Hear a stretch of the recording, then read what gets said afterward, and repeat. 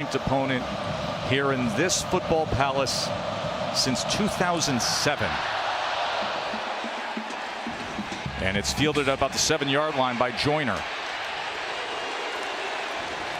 And he is brought down out near the 24. And Jesse, Byram Brown, the quarterback for USF, he set every school's single-season passing record a year. Yeah, and Jalen Milroe is going to get all the headlines in this game, and with good reason. But this guy's a pretty good dual-threat quarterback as well. Got a lot of arm talent to throw it to the perimeter and deep down the field. Tough to tackle at 230 pounds. One of only 2 guys a year ago, Joe, that threw for 3,000 yards and ran for over 800. The only other guy was Heisman Trophy winner Jaden Daniels. Wow, good company. And get ready for tempo. Brown gets it out quickly and gets it to his favorite target, Sean Atkins. Sean Atkins, who's been in the program for 4 years, was underutilized, and then a year ago really burst out with all the great stats. Had 92 receptions. Quick to the line. On the carry is Naquan Wright, the transfer from Florida. They go so fast, Joe. Last year they averaged 82 plays a game. It was the most in the country. They get the call quick, they get it communicated, they get lined up, put so much stress on the defense. 2nd and 8. Brown is going to try to run it himself, but he goes absolutely nowhere. Tim Keenan with the tackle. This is a way you can slow the tempo down a little bit by getting them in 3rd and long situations. This is when Alex Golish, the head coach at USF, they look into their playbook. They think about potentially substituting, changing the formation like they are here, and it gives you a chance to settle down a bit on defense. Tackle for loss makes it a 3rd and 10. Good play by Keenan. Brown scrambling, looking to extend the play. Pumps, tries to get to the corner, dives for the line to make, but Campbell may have pushed him out before there based on that mark. Well, this is something that I think Byram Brown did such a good job of in last year's game. On 3rd down, when nothing was open, he would just take off. And here does a nice job, gets a little pump fake, which just freezes Jahad Campbell for a split second. Automatic 1st down. And a penalty against Alabama. So it's an automatic 1st down. This is the late hit. Damani Jackson, watch him. Excuse me, Jahad Campbell.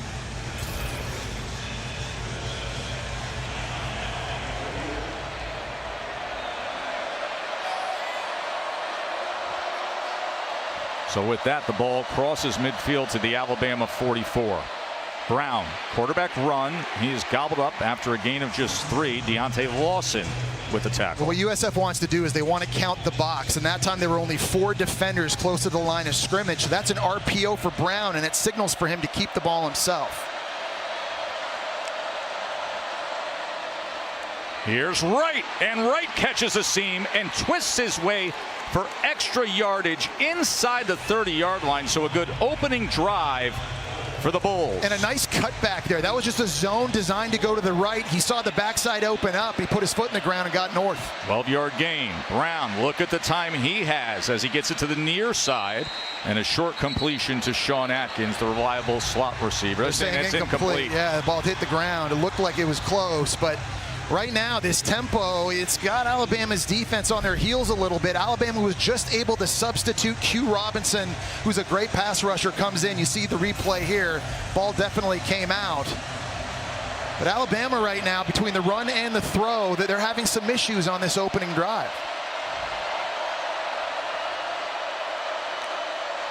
Second and 10 after the incompletion, and Wright finds it tough to find anything against the interior of that Alabama defense. Big Tim Smith and the rest of them clogging things up. So it's important for Alabama here on 3rd down. You got to stay in your rush lanes. Keep an eye on Brown. 3rd and 8, and Brown gets free down to the 12-yard line. A 1st down for South Florida. Well, they just go zone read, and it was really quick. And Alabama actually had 2 defenders out to the left to defend that. They just couldn't catch Brown. Look at how fast they're right to the line, ready to go again. 14-yard run by Byram Brown. Right, just a gain of a yard as he is driven back. This is what Alabama has to do, and it's what they did a year ago. Was they were able to control the running game from USF with just 5 or 6 guys in the box. They are so much bigger and so much athletic in their front 7, and that's got to show itself. 11th play of this opening drive.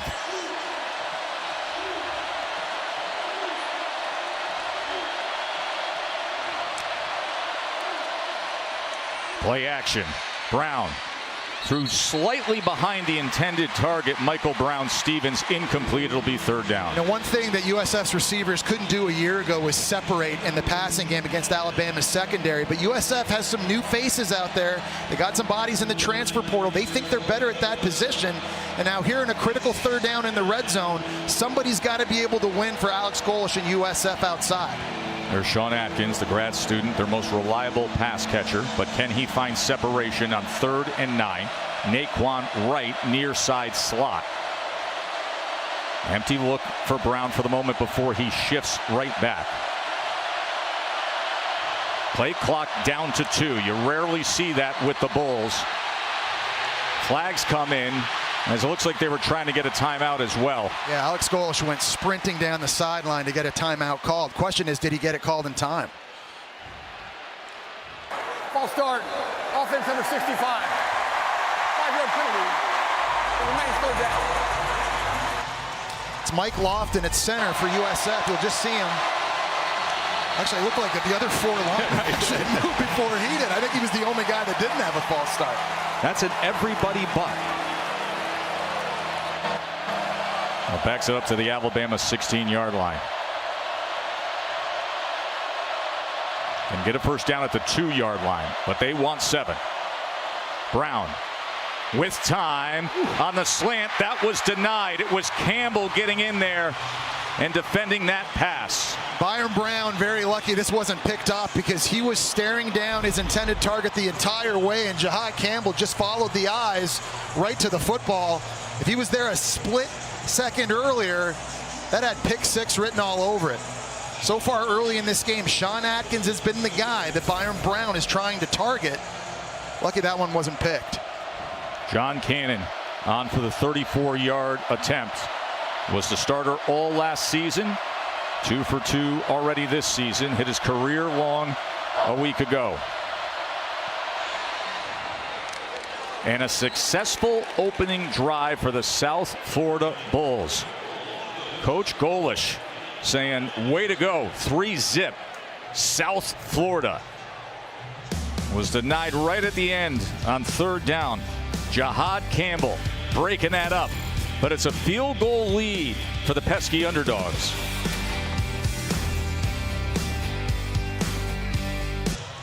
Now that's the new sign here in T-Town. Saban Field at Bryant-Denny Stadium, as Coach and Miss Terry are sitting up high, just taking in the game. Look, he's got his roster sheet with him. Oh, yeah, you know that. You know, he's always coaching. It never ends, does it? 3-0 South Florida on top of Alabama on a 13-play field goal cap drive to open up the game. Nico Gramatica from the Gramatica family kicking off. This is the message that Alex Golesh delivered earlier. I'll remind you what I said last night, and I mean this from the bottom of my heart. You are not playing a logo. You guys understand me? You are playing a one-on-one battle in front of the man in front of you. Over and over and over again. One-on-one. And then you come right back. And then you come right back. And then you come right back. Not playing the logo. Don't worry about that script A. Just go out there and play ball. Yeah, and have that attack mentality, right? And that's what the offense did on that very first drive, going 13 plays, putting some points up. It's a really, really good start for USF playing here in this hostile environment. Yeah, you're not playing the logo, but you are playing maybe the most athletically gifted quarterback in the country, and there he is, number 4, Jalen Milroe. You are not wrong. And I don't care what logo he's wearing. Short pitch to Haynes, as Justice Haynes unable to turn the corner as he was upended there. That was Rucker.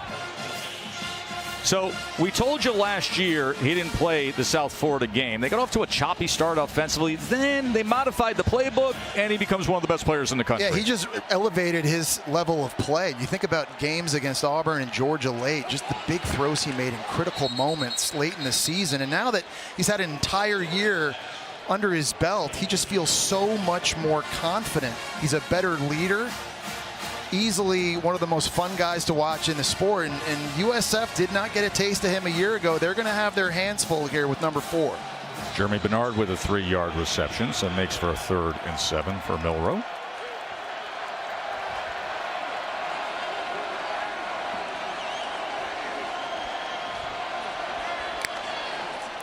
They'll run third down. Pass rush off the edge as he launches it downfield, but it's well beyond K-Law. Kendrick Law, their fastest pure speed player.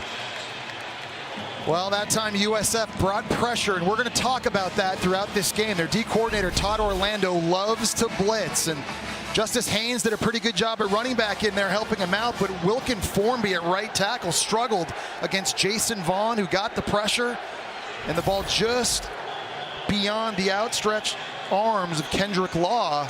And how about this start for USF, Joe? 13-play drive and a field goal, and now the defense sets up a 3-and-out. James Burnap on to punt away. The 6'6" Aussie is going to drive it downfield, flip the field into the hands of a fair catch for Sean Atkins. A long, sustained drive for South Florida and a 3-and-out for Alabama. That is our Geico recap. That's exactly what Alex Golesh was telling his team to do, to come out, not play the logo, win the individual battles, play after play after play. Great third down scramble here by Byron Brown. A penalty tacked on, extra yardage at the end. You get Naquan Wright doing a nice job with the cutback. Little QB run zone read going fast. Had Alabama on their heels a little bit defensively, and nice field goal to cap that off. Just put some points up on the board, make the drive count early. Again, you can't, I think, ask for a better start for USF to this game on both sides of the ball. That's our drive recap covered by Geico. Byron Brown, the star quarterback, had 24 yards rushing on that opening drive. And here he goes with a QB run again as he's able to get it out to the 26-yard line. Yeah, Joe, he's 230 pounds, so you're not only going to see zone reads to the outside, you're going to see him run between the tackles as well, because he's essentially their biggest running back. Rushed for 92 yards last year in the game against Alabama. There's nothing there for Kelly Joyner as he had nowhere to go with Tim Keenan. 15.5 seconds of real time between plays. They're essentially running 3 plays per minute. That's how fast they go. I mentioned Brown had 92 yards rushing against Bama last year, but he only passed for 87 yards in that entire game.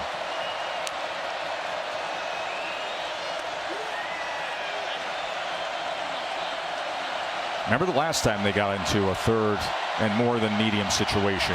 They struggled with movement up at the line.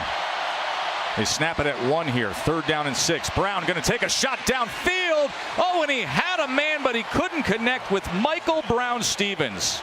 That's a throw you've got to make. You may not have a lot of opportunities. You've got Brown-Stevens, the transfer from Minnesota, matched up against a true freshman, Red Morgan, in the slot. And we talked about how a year ago these receivers couldn't separate. He never had a chance that good last year. He knows right there. He just missed a big touchdown pass. It's one he's going to wish he had back. The 30-year-old punter, Andrew Stokes, onto punt away as Cole Adams will have a chance for a decent return here, but it's driven outside the numbers, well positioned by Andrew Stokes. On a day where we're celebrating Nick Saban here in Tuscaloosa, flag is down at the end of the punt. Dedication that happened before the game of Saban Field, and then they're going to have a very big ceremony at halftime.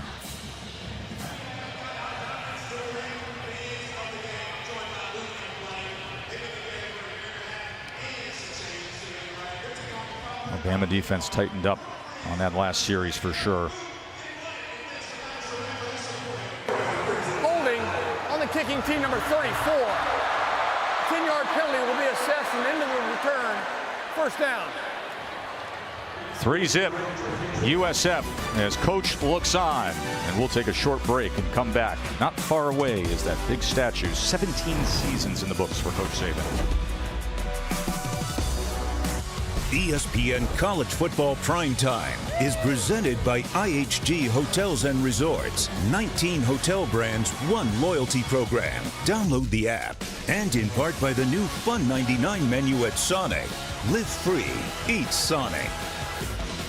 What a special day for Nick and Miss Terry and the entire family. Kristen and Nicholas and kids, and the unveiling outside the dedication of Saban Field at Bryant-Denny Stadium. Then we'll come inside, and at halftime we're going to have so many former players and go through the history of the greatest to ever do it.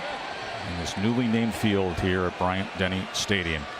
This is Bama's fourth play. That's it. Fourth play so far as Milroe nearly intercepted as there was a lot of traffic in the pocket that time. And Banks had a shot at it, and there's a change up to the offensive line, Katie. Yeah, Tess, starting left tackle Caden Proctor remains sidelined with a shoulder injury he suffered last week during pregame warmups. Elijah Pritchett started in his place a week ago, but tonight Alabama slides Tyler Booker over from left guard to left tackle, and then Geno Vandemark is in at left guard. And Katie, Jaden Roberts, their right guard that time, got bull rushed by Bernard Gooden right into the quarterback. And you saw Jalen Milroe just walking around a little bit gingerly after.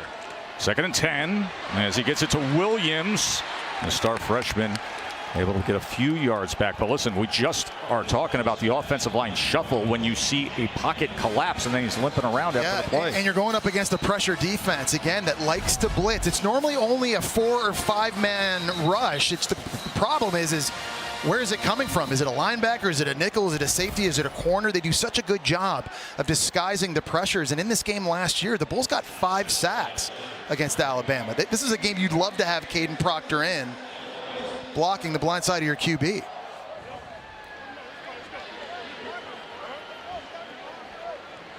See the medical staff out to see Jeremy Bernard, transfer from Washington. Followed Coach DeBoer here to Alabama. Started out his career at Michigan State, then transferred to UW. So his 3rd school in 3 years.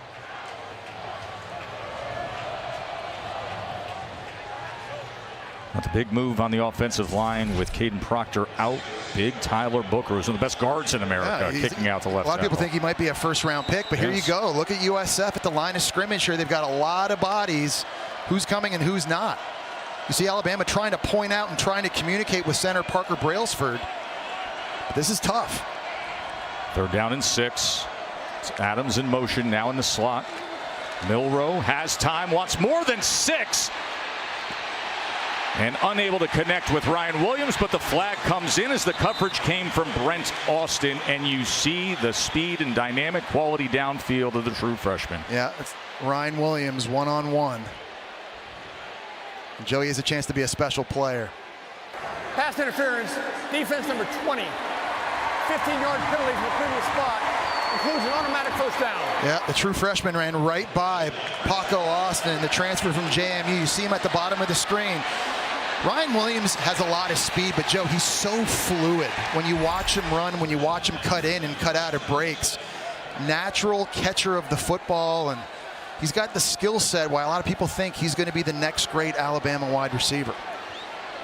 So a 1st down, past midfield. Jam Miller as he lowers a shoulder and finds more. Ryan Williams last week was absolutely sensational.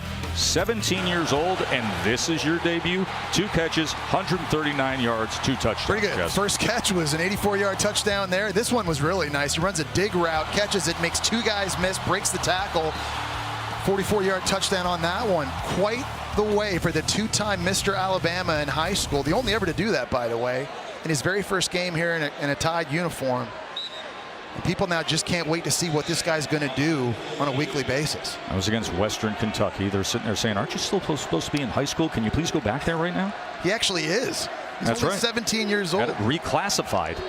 Milroe has that option and quickly gets it for a 1st down. I kind of like this idea too, because we've seen Alabama and Milroe. They've taken 3 shots deep down the field already and kind of getting easier throws underneath. That time to Caleb Odom, the true freshman, just trying to help Jalen Milroe get into a little bit of a rhythm and get a little bit more comfortable against this pressure defense from USF. Todd Orlando, the veteran defensive coordinator. He's been a DC at 8 different major college football programs.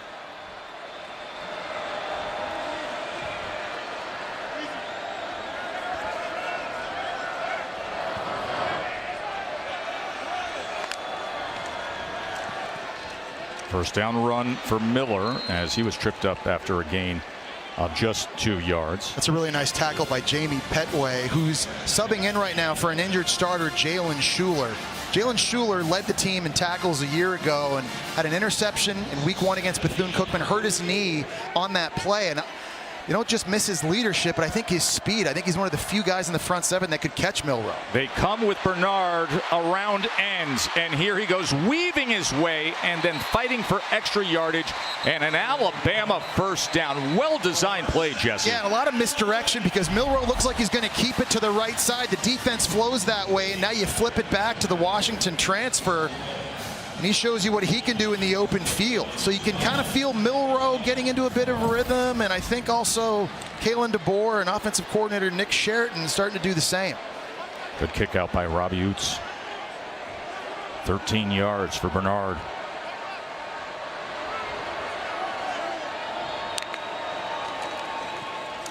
Haynes on first down. Look at the room he has. Flag is down. Let's see if they walk this back as Justice Haynes sprints into the end zone.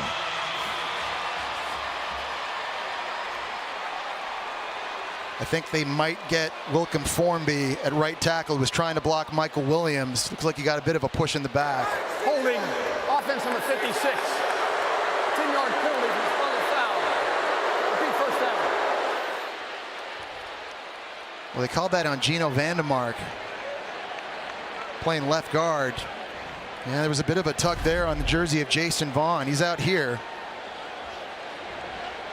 They could have called that on two people there. You see on the backside, that was Formby's blocking the back as well, and touchdown erased off the board. So the touchdown run called back. 1st and 17 after the penalty. Milroe over the middle, he gets it complete as Bernard makes up for it. It's 1st and goal, Alabama. Well, that time USF brought another blitz, and Alabama did a great job sliding out to the right to pick it up, give Milroe time, and there's Bernard over the middle of the field. Good, accurate throw. 1st and goal. Milroe tries to cut back, had to fight his way back towards the line of scrimmage. This is an area of the field where Milroe is just so dangerous with his legs, but you see Bernard doing a nice job, just finds the soft spot in the zone over the middle of the field. He gears down. He gives Milroe a nice, easy target.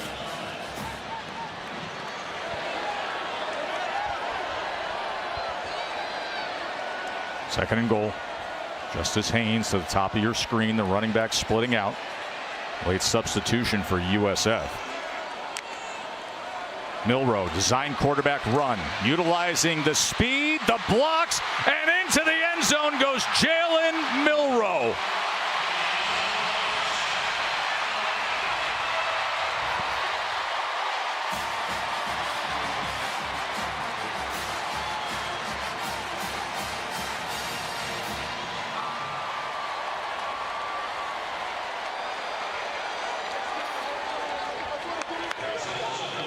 A week ago, 5 total touchdowns. Had 2 rushing. Here he gets his 3rd rushing touchdown of the year. Alex Golesh knows what they're in store for. The challenge today to try to keep up with Milroe and the Tide. As Graham Nicholson puts through the extra point.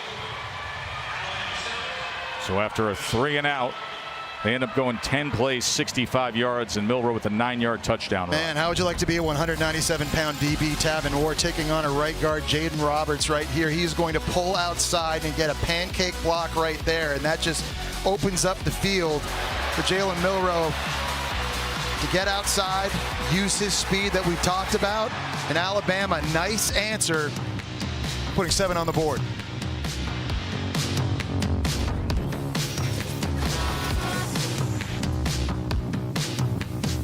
Jalen Milroe with the touchdown run to give Alabama a 7-3 lead. Jesse, I think some people sit back, they say, okay, Alex Golesh, the head coach at USF, why does he have some success against Alabama? Remember a couple of years ago, 2022, he was the offensive coordinator at Tennessee when they upset Alabama. This is essentially Tennessee's offense. Golesh was Josh Heupel's offensive coordinator at UCF, then 2 years at Tennessee. So the tempo, the spread formations, all those schemes, these should look very familiar to Alabama fans at home watching this. They've seen it before.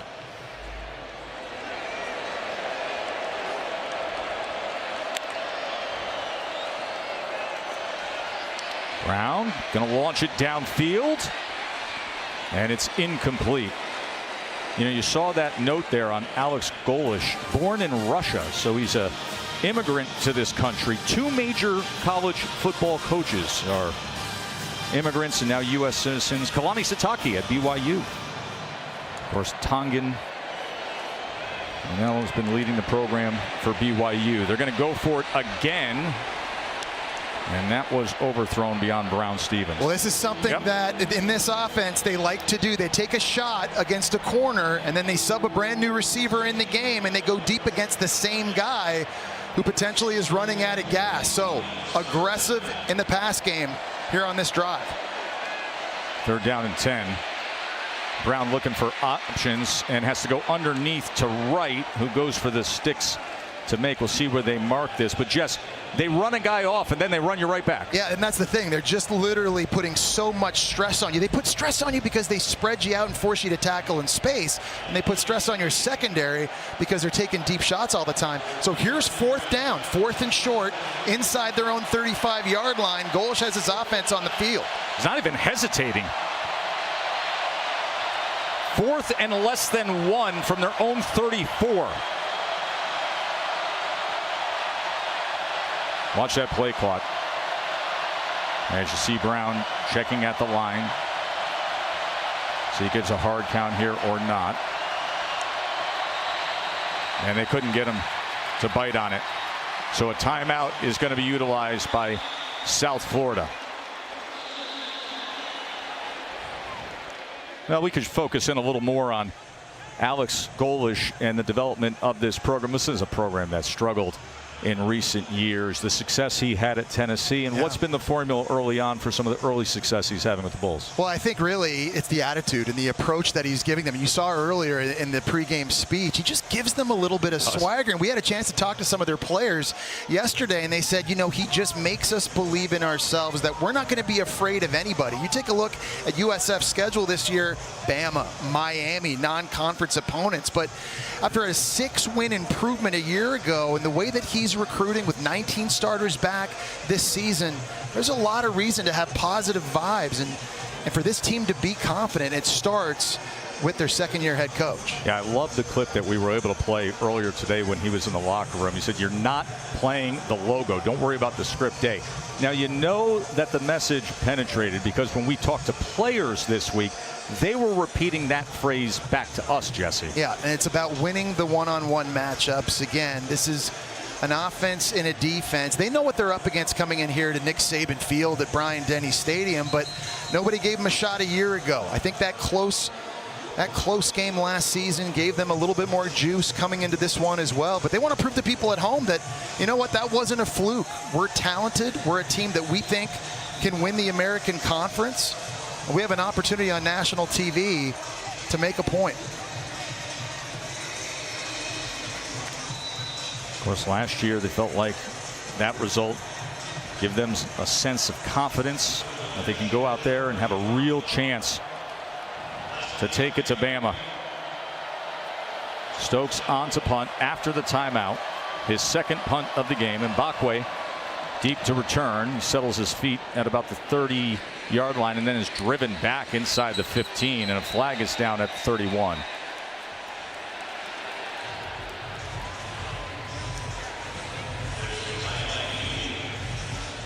A 51-yard punt. Check on the flag. There is no foul for legal substitution. There were 11 players on the field to play when the ball was legally snapped. Next Saturday, it is the SEC on ABC, and it is a triple header at noon. LSU and South Carolina at 3:30. Texas A&M and Florida in the Swamp. And then #1 Georgia's in action in primetime at 7:30 against Kentucky. And if you start to get a little confused out there, where do I find this? Where do I find that? I mean, listen, SEC on ABC is pretty easy, but everything else, hey, where to watch? Only on the ESPN app and ESPN.com. Just tap for the ultimate guide to live sports.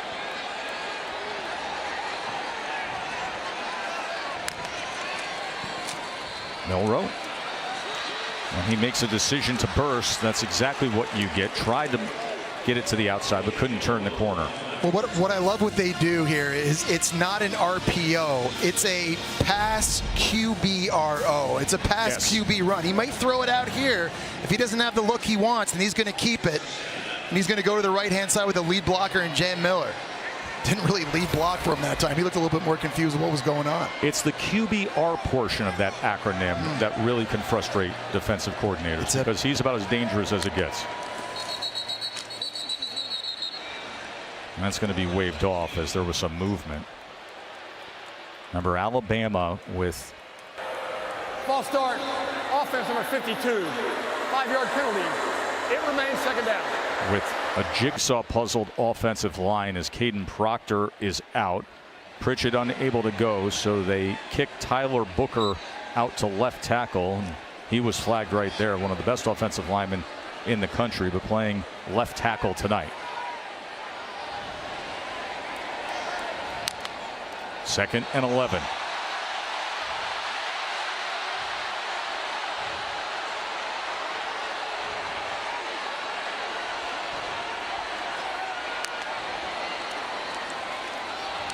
Milroe. Overthrow. Looked like a little bit of contact as Bernard was the intended target and Rucker had coverage. Well, I'll say this. USF has come out defensively and they've been aggressive. We've talked about the blitzing, but there's also a lot of press man coverage on the outside, and they're challenging these Alabama wide receivers to get behind them. That time, the Tennessee transfer, Deshaun Rucker, locked up in a one-on-one matchup and now forces 3rd and 11.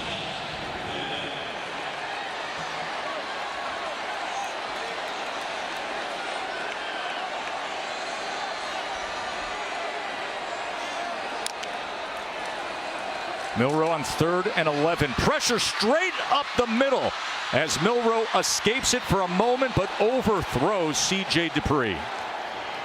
Pressure came from Mac Harris. And you're trying to fight speed with speed. That's what Todd Orlando, the D coordinator, is trying to do. Mac Harris is one of the fastest linebackers I think you'll see on tape. And he showed it right here, blitzing right up the middle. He's able to find a little bit of a crease, and it forces Jalen Milroe to just have to bring his eyes down for a second. Great job escaping. A bit of an errant throw over top of C.J. Dupree, and USF forces another punt. And Burnup skies this high into the Alabama night as the fair catch is hauled in at about the 37-yard line by Sean Atkins. Bama's 2nd 3 and out already tonight, Jesse. Yeah, I think the pressures right now from USF is confusing Alabama up front a little bit, but they're getting in position where they can dial those up too. They're winning on 1st and 2nd down, creating 3rd and longs, and that's really where defensive coordinator Todd Orlando can go into his bag of tricks, and he's done a nice job mixing up the pressures, bringing them from different places. He's not showing the same pictures to Alabama over and over. Great opening scoring drive. 10 plays and 59 yards, and then back-to-back 3 and outs for USF. Keith, he can't find anything on the right side of that line. Justin Jefferson was the first to get to him. He completely shut that down, and they're trying to pull offensive linemen and bounce this thing to the outside, but he built a wall. 2nd and 10. Brown going to keep it himself. Uses the blocker well and keeps his footing and turns the corner. You see the smart play and the athleticism of Byron Brown. 1st down, Bulls. It's a zone read, and the fake inside sucks all those players from the Crimson Tide down inside, and then you see Brown. Nice patient running and also showing you the speed. 19-yard run by Byron Brown. 1st down pass attempt, and gets the crossing route complete for a 1st down to Sean Atkins. Had 92 catches a year ago. We saw the motion pre-snap, and that kind of flexed and stretched Alabama's defense horizontally, creating the space over the middle of the field to throw into. We're at the Alabama 33 all of a sudden. He is sacked. Brought down by Q Robinson. Q Robinson is a 5th-year senior, a guy who's waited his turn here at Alabama behind guys like Will Anderson, Dallas Turner, and Chris Braswell. And that time, they rush him from inside, and he's able to beat the left guard, Jack Wilty, on his way to the QB. And Braswell 8 sacks a year ago. Turner had 10 sacks, and now Q Robinson gets his chance, and he delivers there to force a 2nd and 17. Keith, nothing. It was Q Robinson again, that time. In this new Kane Womack swarm defense, they line up these very athletic pass rushers, sometimes just a yard off the ball, and they can move their linebackers around on different spots and use their speed to their advantage. This time they've got Robinson on the edge. They're 1 of 5 on 3rd downs tonight. 3rd and 16 for the Bulls. They're going to go underneath to Atkins, and Atkins struggles to get free. It was Jefferson in there again, as well as Malachi Moore. Well, they've got a kicker in John Cannon, whose career long was a 53-yarder. He did it last week against Bethune-Cookman, but they're out of that range right now. So I think if you're Alex Golesh, you're sort of in that no-man land. I think they're going to think about just going for this. 2nd season at USF for Golesh. We told you all the success he had a year ago just to get to the 6-win plateau and then win a bowl game, defeated Syracuse. They're going to send out Stokes to punt this ball away. Nose down, back rotation, looking for the pin outside the numbers, and Chad Kramer, who's the special teams coordinator, says he trusts Stokes in a spot like that, and he delivers for Coach. Now a quick word from Verbo. As your host, I have some rules. First, no showers longer than 5 minutes. This isn't a spa. That's the rule. Meanwhile, at a Verbo, when other vacation rentals make you share your turf with a host, try one that's all yours.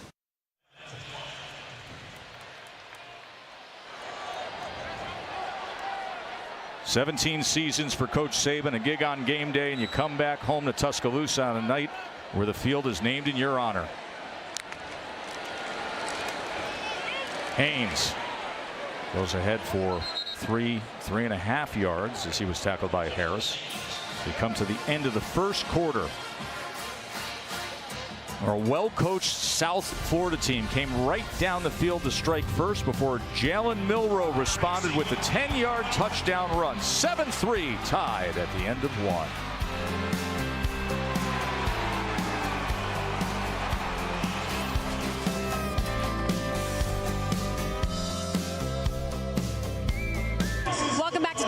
I'm on the sidelines with Alex Golesh. Alex, defense has gotten off to a great start, forcing a couple 3-and-outs. How would you assess your offense's first start? Yeah, I think we just got to go one play at a time. Got us on one down here at the student section. Should have been on silent. We weren't. But I thought we started to get in a rhythm there, put a drive together. Just got to go finish it. It's just a matter of the guys being poised, us being poised, and going back to just playing one play at a time. Thank you. Thank you. Coach Golesh's team has been poised. Milroe goes for 4 yards, but there's a flag down. I think it's Gino Vandermark again.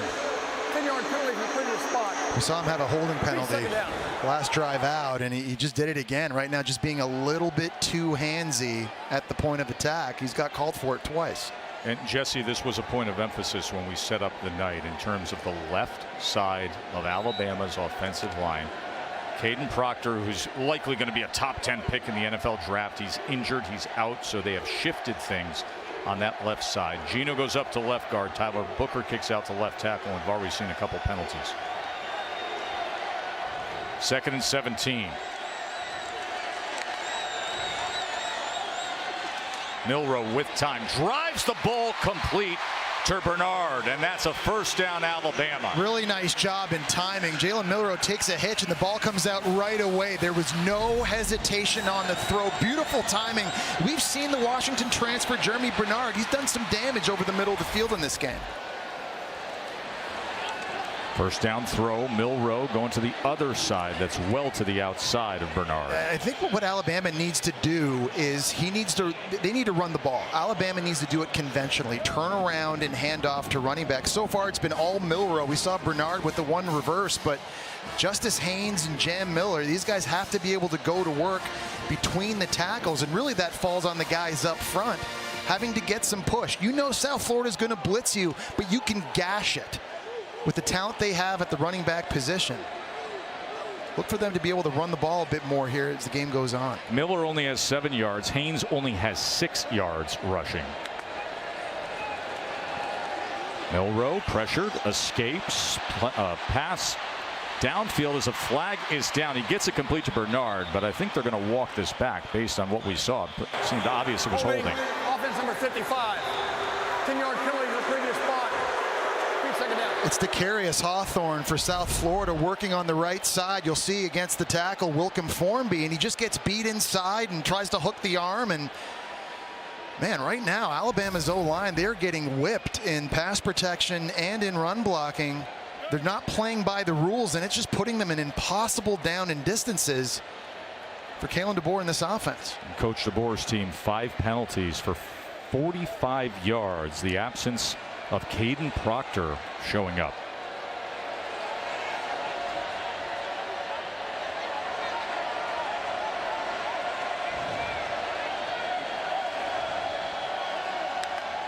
Second and 20.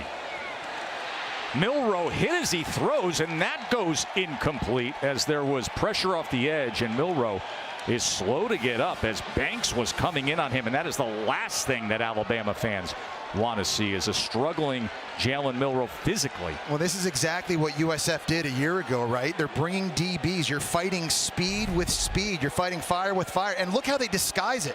Banks looked like he was going to be in coverage. He wasn't creeping toward the line of scrimmage. Nobody from the offensive line or running back knew he was coming. Foul. Now 4th down. They're going to take a look at this, I think, for roughing the passer potentially for the hit at Jalen Milroe's knees. That easily could have been a roughing the passer call, I think. You saw Jalen Milroe was grabbing onto his leg after he got rid of the ball. That's what Kalen DeBoer wants. He's angry on the sideline. So 3rd and 28.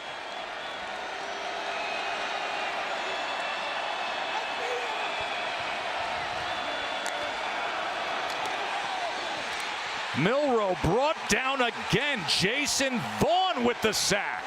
Jason Vaughn missed last season with a knee injury, missed the first game against Bethune-Cookman with a foot, but they think he could be their alpha pass rusher, and he just smoked Wilkham Formby at right tackle on his way into the quarterback. Coming off the right side here, one-on-one, it's not even close.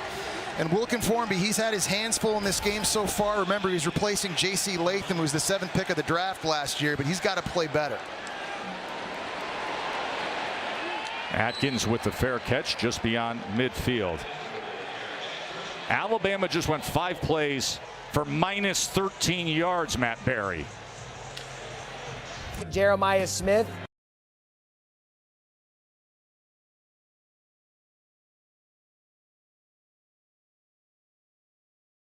Some serious acceleration there in Columbus.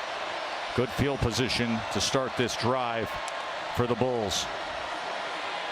Brown gets it quickly to the outside to Michael Brown-Stevens.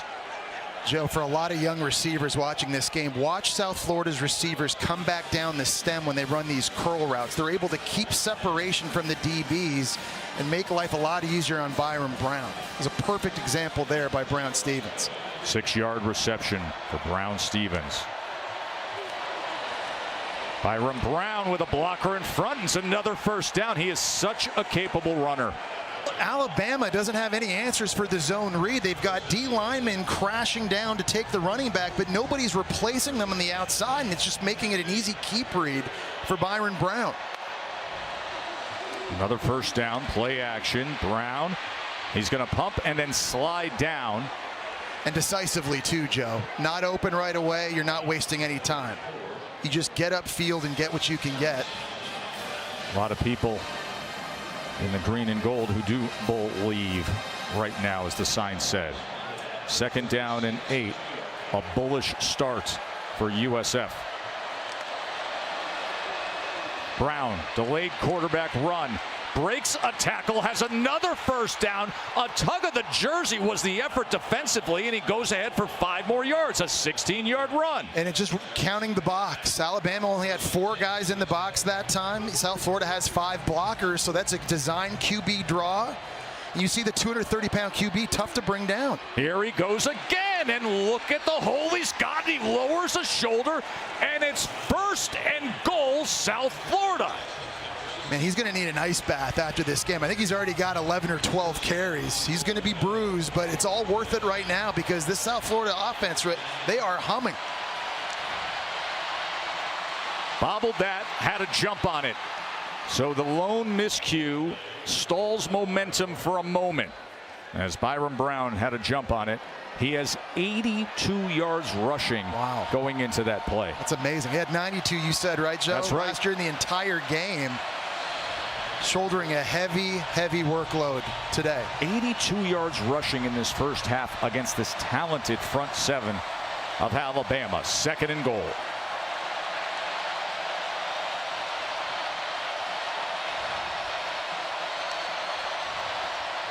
Brown weaving his way again. And that extra muscle down inside the 7-yard line. It'll be 3rd and goal from there. This is where it's the hardest to throw the ball to, Joe. Down in the red zone, the windows are tight, they're small, they close really quickly. So we were talking about this improved receiving group of USF who can separate and create a little bit of space to give Byron Brown an opportunity in this critical area of the field. 2nd straight drive for USF into Bama territory. Can they come up with points this time? Can they take the lead against number 4 Bama? 3rd and goal. Brown with time, but does he have an option? To the end zone, incomplete.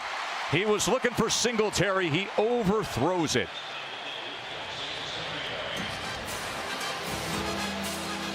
So Alex Golesh, who opted to punt on the last drive when they were sort of in no man's land to play field position, now it's like he's being a little bit more aggressive in this area of the field. 4th down. And now the field goal unit comes out. He thought about it long and hard. With the way his defense is playing right now, Joe, I like the decision. Just take the points. Right now, USF has 143 total yards, and they've held Bama to 75. And this 8-play drive, thanks to the wheels of Byron Brown, could be capped with a John Cannon short 25-yard field goal. And a timeout is going to be used by Golesh and the Bulls.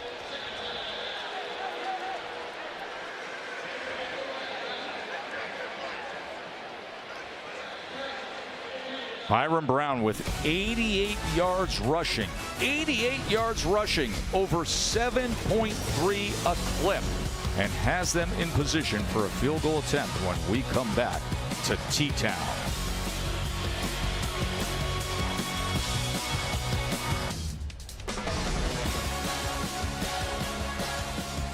Another good-looking drive for South Florida. Now, Garrett Cates to snap, Ryan Bolduc to hold, and an opportunity for John Cannon to pull South Florida to within 1 of the 4th-ranked team in the country. 25-yard field goal attempt for Cannon,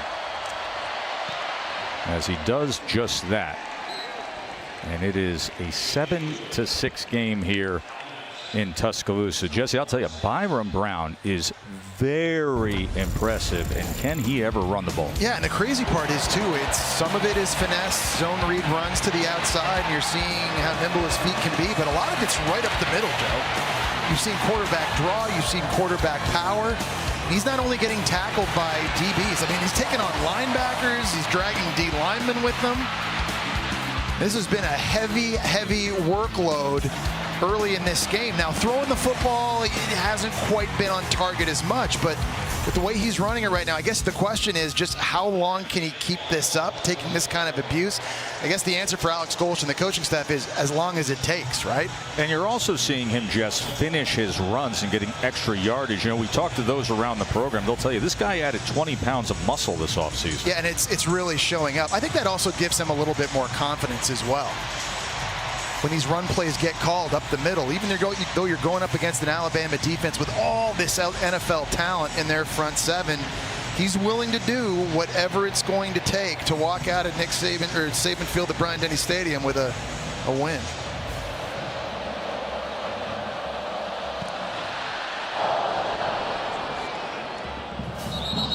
Katie? Yeah, Tess, in between series over here on Alabama's sideline, sophomore running back Justice Haynes got all over his offensive lineman. He said, we have to be better in protection. I'm tired of messing around out there. Pick it up on this next series. Yeah, Katie, they got to be better in protection. They also got to stop having penalties because they've been setting up in second and third and long situations. They don't even have the opportunity to turn around and just hand it off to Haynes or Jam Miller. 6 penalties, Jess, Not for good. Alabama. Not We're still good. 9:45 before we get to Matt, Joey, and Dan in the studio. Haynes doesn't find anything, struggles to get back to the line of scrimmage. Yeah, that time Parker Brailsford center and their left guard Vandemark, they just couldn't get any movement. As you take a look at the bounce right now, they're not getting any. See Byard, the tackle, the safety coming around to make that tackle.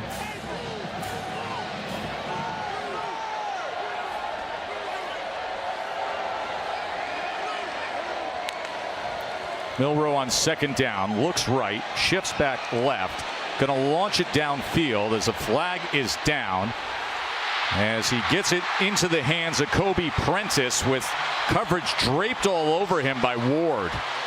And a flag is down at the end of the play as well. So there's a flag at one 20-yard line and the other 20-yard line. Not going to believe this, Joe, but I think it might be the right tackle, Wilkin Formby. Oh, boy. The struggles of this offensive line early on.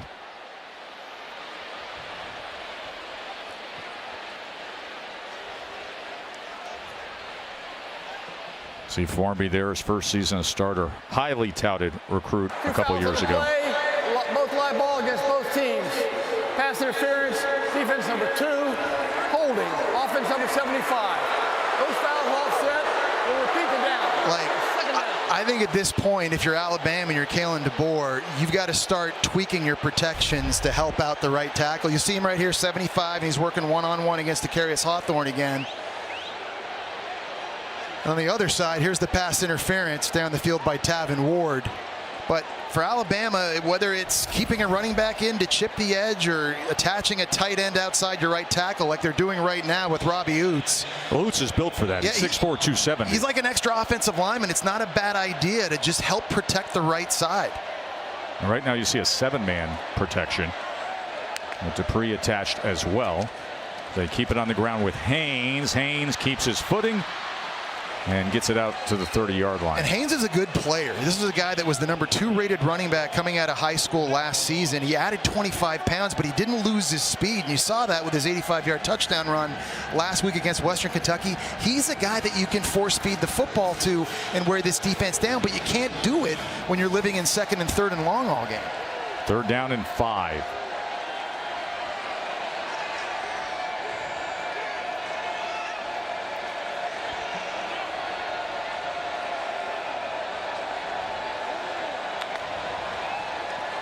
Milroe pressured, steps up in the pocket, quickly gets it out and gets it complete to C.J. Dupree for a tied first down. They were screaming off the edge again. That time Tyler Booker was struggling out at left tackle. And it forced Jalen Milroe to just have to step up a bit. The pressure's coming this way. He's going to step up, but he keeps his eye focused downfield, and that's critical on this one. I think the Jalen Milroe from a year ago would have just taken off and run. This time, he's able to spot his tight end out on the left side. Gets an easy completion to Dupree. And you know, it's because he can. But if you want to evolve, you'll also have that option. But he's good enough to always do that with his legs. Short pitch to Haynes into the boundary, and he is undercut. Well, and that's a great point, too, Joe, because last year Jalen Milroe took 44 sacks. Right. And I think a lot of that was him just always trying to make a play instead of throwing it away or throwing a check down to live to play another day. And I think Kalen DeBoer and this coaching staff have seen examples early this season of him finding a third receiver, finding a check down, letting the offense work for you like he did on that last completion to Dupree. So after the good defensive play by the corner, Deshaun Ruckert, 2nd down and 10.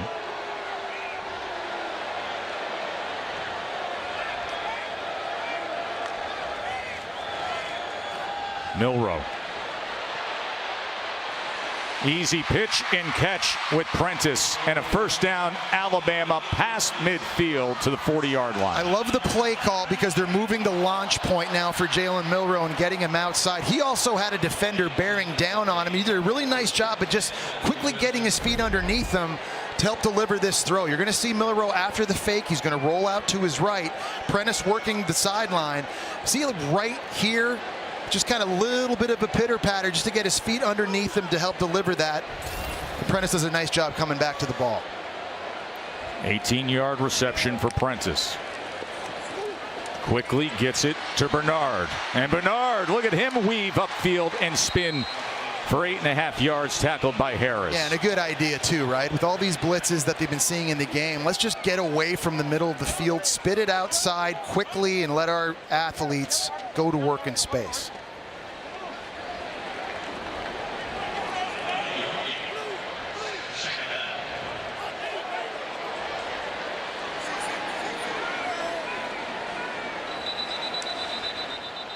Flag pre-snap as there was more movement.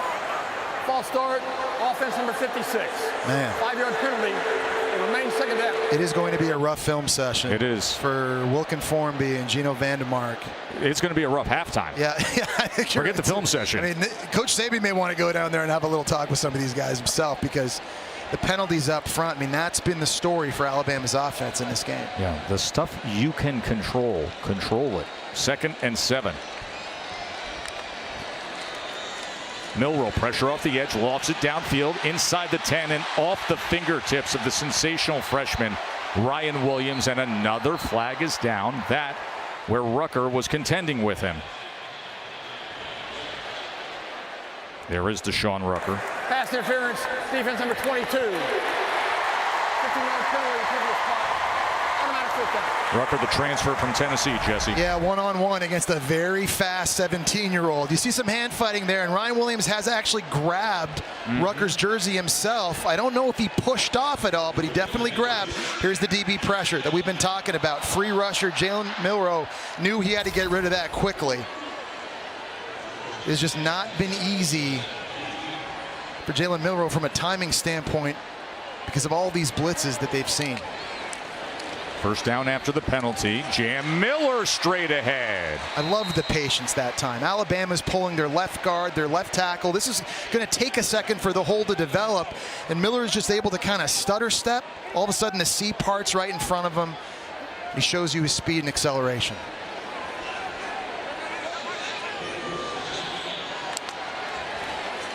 Second and 4.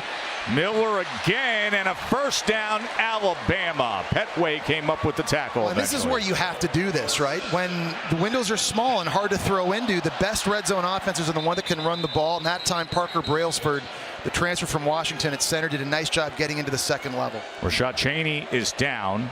The big run-plugging defensive tackle, the veteran who was at Minnesota, then transferred to USF. So we'll take a short break under 5 minutes to go before halftime. I mean, troppo disgraziata mayonnaise, disgusting. Please stop. Complete agreement with you. Look at the Taco Bell Live Más Students section. All season long, students across the country competing to be the Taco Bell Live Más Students section of the year. You can download the Taco Bell app to learn more. Here's Jam Miller. And Miller fights his way inside the 5-yard line. This Alabama offensive line is starting to assert themselves a little bit. They're getting a lot more push, and they're working their double teams, and guys are peeling off and getting up to the linebacker level. And this is the best Alabama has looked this in game so far, just turning around and handing it off. Second down and 4. Miller remains in, flanking Milroe. Going to get the work again, but he was met. That was a very good run fit that time by Mac Harris. He has been active in this first. Yeah, and he's kind of built for this game. He's so fast, and he's able to just shoot downhill. And against this kind of offense with this much athleticism at quarterback, he kind of fits the mold perfectly. That's the guy they miss, is Jalen Shuler. He had 11 tackles last year against Alabama. In this game. Yes, yeah, 11 tackles against Bama. And it's amazing they're playing as well as they are in this one without number 7. Third down and 4.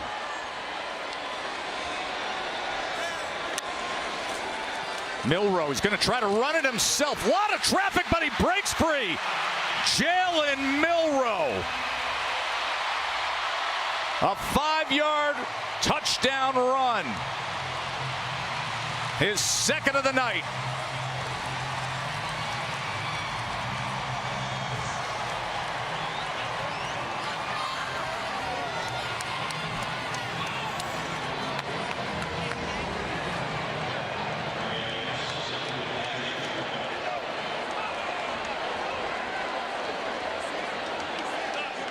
There are times you watch him do his thing, and you sit around and you say, man, the best running back out here in T-Town, you got some good ones, but the way this guy runs, my oh my, Jess. Well, USF brought a zero blitz pressure, and Justice Haynes at running back got a piece of Jamie Petway at linebacker. Coming up the middle, right here, there was one guy free. It was Tawfiq Bayard, but he just couldn't get it done in the backfield. He's the guy that needed to make the tackle. Jalen Milroe just too quick and too strong. His balance, his strength, his explosiveness. And Schuler says, I wish I was out there. Milroe's good, folks. Jalen Milroe's second touchdown of the night. Has everybody back at the Ainsworth in Manhattan breathing a little easier as they watch along. That was an old neighborhood haunt of mine living in the Flatiron. That's the Bama watch party in New York, 14-6. Hey, tomorrow on ABC, you got an American in the finals of the U.S. Open, the men's championship. Taylor Fritz takes on the #1 seed, the Italian, Yannick Sinner. Coverage begins with the men's preview show at 1 p.m. You and I were watching Sabalenka today. Oh, she is unbelievable. Unbelievable. But great run by Pegula. Phenomenal. Great run by Jesse. Tremendous run by her. Sabalenka is just, her ground game from the baseline is just incredible. Passing shots, forehand, backhand side. Mixing it with a little college football today as well. No doubt. Let's talk about the Manhattan bar scene and the restaurants. The U.S. Open this week. Naquan Wright can't find anything. Via della Pace, that is the spot for the Italian tennis players, my friend. I like it. This is a big drive here for Alabama's defense. About 3 minutes and 20 seconds left, but they've got 3 timeouts. If they can get off the field quickly, give it back to Jalen Milroe, they've got a chance to march the field, score points before receiving first in the third quarter. Here's Naquan Wright as he's tackled by Russaw. So here, if you're Alabama now, you've got to stay in your pass rush lanes. You have to have integrity with Byron Brown. He's proven on third down he's going to take off. If a guy's not open right away, he's gone. Alabama, they really have to just build a wall, create that fence around him and keep him in. See the intensity in the eyes of Russaw. Pressure on Brown. That's incomplete. It was good coverage that time by Malachi Moore against Peyton Singletary. How about Malachi Moore, a fifth-year senior, started in Alabama as a true freshman. They move him to strong safety this year, a position Caleb Downs played a season ago. And that's exactly what Alabama's defense needed to do. Not a lot of time came off the clock. 2 minutes and 40 seconds to go now. All 3 timeouts. New rule in college football this year. There's also the 2-minute timeout. So there is tons of time here for Jalen Milroe in this offense to score points. Boy, and Alabama's lucky that Moore passed on the NFL draft. And Stokes drives this outside the numbers where Adams fields it. Katie? You know, Tess, Malachi Moore, great safety, even better person. He's using his NIL earnings to pay for his younger brother, Aiden's college tuition here at the University of Alabama. Aiden's on the team. He's a walk-on freshman linebacker and has the opportunity to spend time with his older brother and play 1 season with him, all thanks to Malachi's NIL deals. Yeah, and Katie, you know, we had a wonderful visit with Malachi yesterday. He's the guy that you want representing the program. And he's just a wonderful young man, a grad student. He's going to be cashing NFL pay. Forget these NIL paychecks. He's going to have an NFL paycheck for about a decade. It also just goes to show you how well he's doing in his NIL, because tuition here at Alabama ain't cheap. No, admission has become very selective as the years have gone on, and that's thanks to the guy who's going to be honored at halftime with the dedication of this field. Milroe wants a shot downfield, and it's beyond Ryan Williams. Remember, a week ago, Ryan Williams had 2 catches for 139 yards and 2 touchdowns, so they're testing that secondary. That's like the 3rd or 4th time they've tried to go deep to him. There, Paco Austin right in his hip pocket again. South Florida man coverage, pressing, and they've got their corners on islands one-on-one with a very gifted and talented 17-year-old wide receiver who should still be in high school, by the way. But on the back end, so far, USF's done a pretty good job. Our rules expert, Matt Austin, longtime SEC official, said that could have been PI'd there. Here's Milroe. Utilizing the blocks, Jalen Milroe. Good luck catching him. Roll Tide. Flag is down, way back. We'll see about that. But the explosiveness of Jalen Milroe caught that seam and danced, my friend.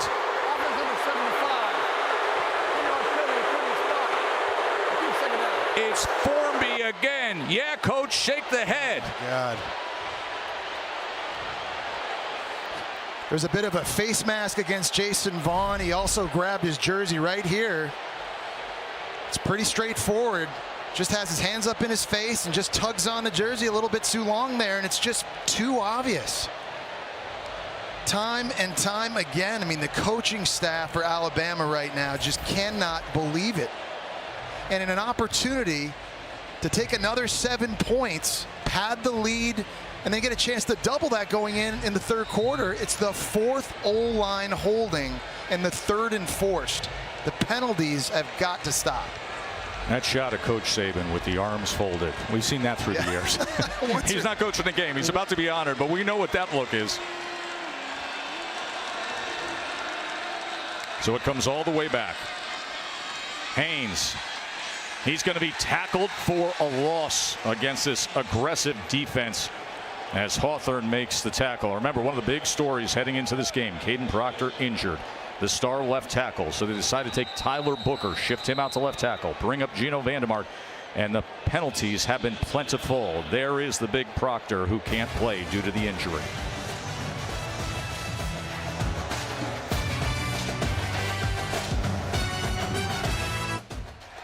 Thank you, Matt. Look forward to that. I mean, Texas looked awesome today. 3rd and 26 as Milroe just quickly gets it out to Cuevas, who gets to the 15-yard line. Bama's going to receive the second half kickoff. We've got 1:50 to go.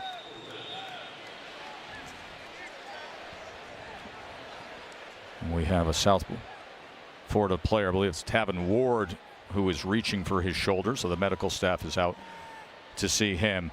Boy, that big Jalen Milroe run that got called back with the penalty. And then that's the frustrating part for Alabama. When you have an athlete as special as Jalen Milroe, you're just one play away from hitting the big one, right, at any given time. And it looked like they had it a few plays ago, but 7 different penalties now called on this Alabama offensive line. 4 holdings, 3 enforced. They had 3 false starts as well. And Milroe's talking to Kalen DeBoer, and DeBoer saying, you know, if we just could get out of our own way, we'd be fine. We'd be lighting up this scoreboard, but this offensive line that we've talked about, they've had to reshuffle because of an injury to Caden Proctor. 7 penalties, 45 yards. They're their own worst enemy in this game. They are. Been sacked a couple times for negative 18 yards. Now a 4th down here with 1:50. Matt Austin says expect a 10-second runoff here because we're the injury stopped the clock, and was the only reason the clock stopped. There'll be a 10-second subtraction from the game clock. By rule, the clock will start and ready for play. So now if you're South Florida, Joe, you've got a timeout in your back pocket. You do. And you're going to get good field position, and you're running a crazy fast tempo offense. Yeah, where time is not usually a concern for the way they go about things. Right. I mean, they would love to cut into this lead at minimum here going in at halftime.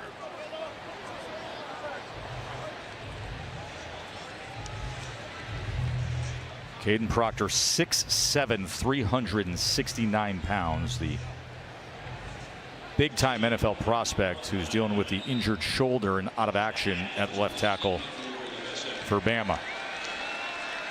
So Burnip on to punt with his heels on the 1-yard line. Could be great field position for South Florida.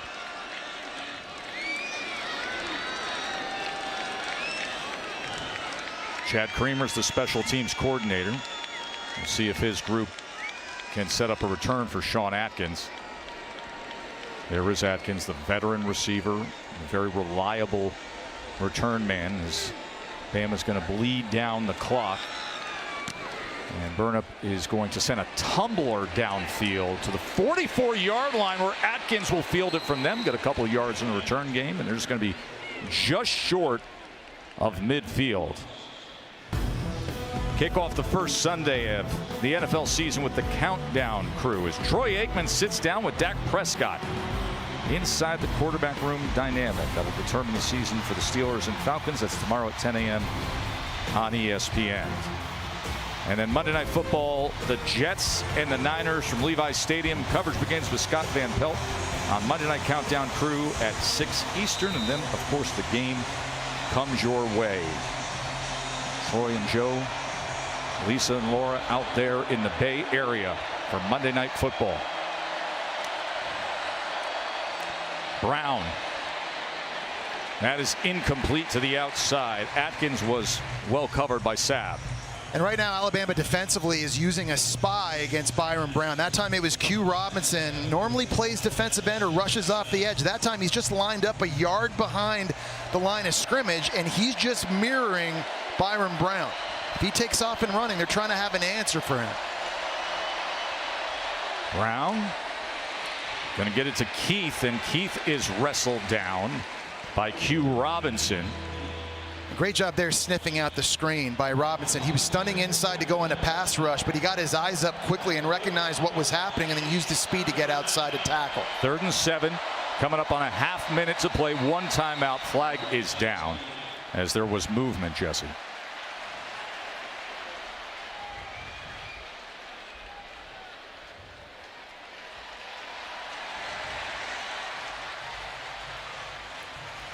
You can expect another 10 seconds to run off that clock based on this. But he can use his timeout to prevent the 10-second run off. He does have that at his disposal, which you'd want to do here in this 2-minute type situation.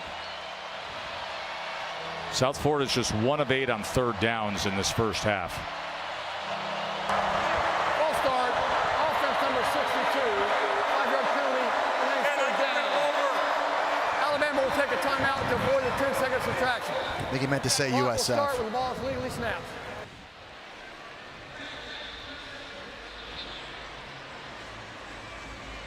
Remember, coming up at the half, it'll be the dedication of Saban Field here at the famed Bryant-Denny Stadium. You win 6 national championships at a place, they're going to name something after you. How about the field? Yeah, it's got a good ring to it too, doesn't it? Saban Field at Bryant-Denny Stadium. It's the least you could do for the guy after 6 national championships. 9 SEC championships. Think about all that. You and I have been working together in college football since 2007, right? Yeah, We've been coming down here for many years, various shows and games and spring ball and everything.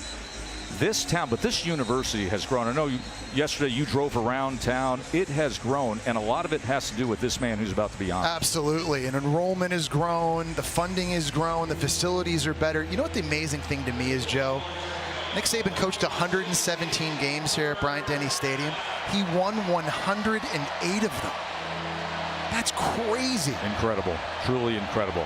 It's going to be 3rd down and 12 for South Florida, having exhausted their timeouts.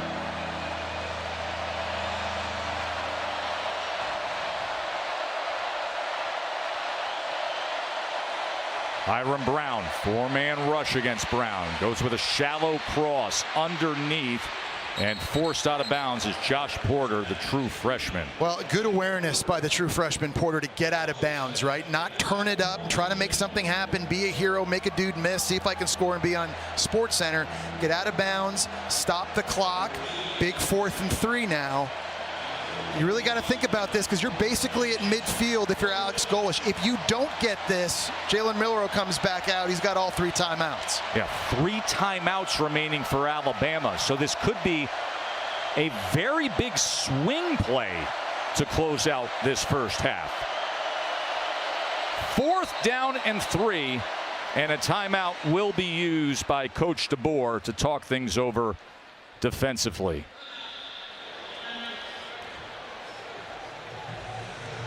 Coach DeBoer, of course, the great run at Washington, Pac-12 champs, the Sugar Bowl champs with the CFP win over Texas, and then the run to the national championship where they lost to Michigan. The most wins in school history, 14 wins at Washington. Isn't it amazing, right? I mean, You lose Nick Saban. Everybody says, well, he's no Nick Saban. Well, nobody is. Saban's the GOAT. Nobody ever will be. No, but all this guy has done is win anywhere he's gone, anywhere he's been the head coach. He's won 90% of the games he's been the head coach. You look down at his coaching list there, and it doesn't even go back to when he was NAIA head coach, winning 3 national titles at Sioux Falls. When Nick Saban took this job, this guy was coaching at Sioux Falls College, NAIA. And he has been on an unbelievable ascent as a quarterback developer, a play caller, then a head coach at Fresno State, Washington State, and now here at the ultimate blue blood, Alabama. So off the Alabama timeout, 4th down and 3. Tighter formation for Byron Brown on 4th and 3. I wonder if they're just trying to see if they can get Alabama to jump off sides. We did this earlier. It didn't work out. Didn't work out.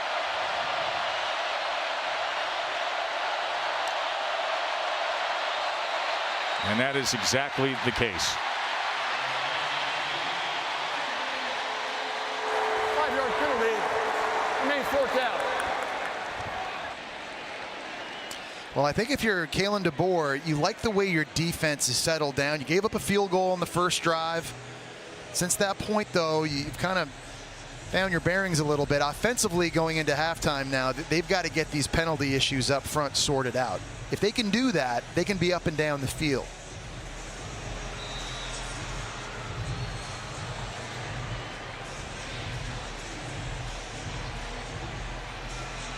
There's Cole Adams, Mr. Reliable.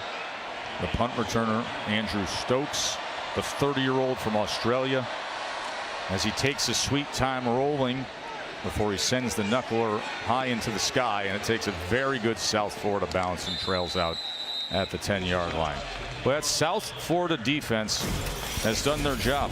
It's what Todd Orlando does as a play caller. Brings pressure. Linebackers right up the middle. Alabama, it's well documented. They're having problems at right tackle with Formby right now, but fighting fire with fire. Smaller, faster guys getting in the backfield to chase a very fast quarterback in Jalen Milroe. They've got 2 sacks. They've got a bunch of pressure. 38% of the dropbacks. I mean, this game plan for Todd Orlando and USF, they had success a year ago doing the exact same thing, and they're having success again tonight. Bama's going to take a knee. They're going to receive the second half kickoff.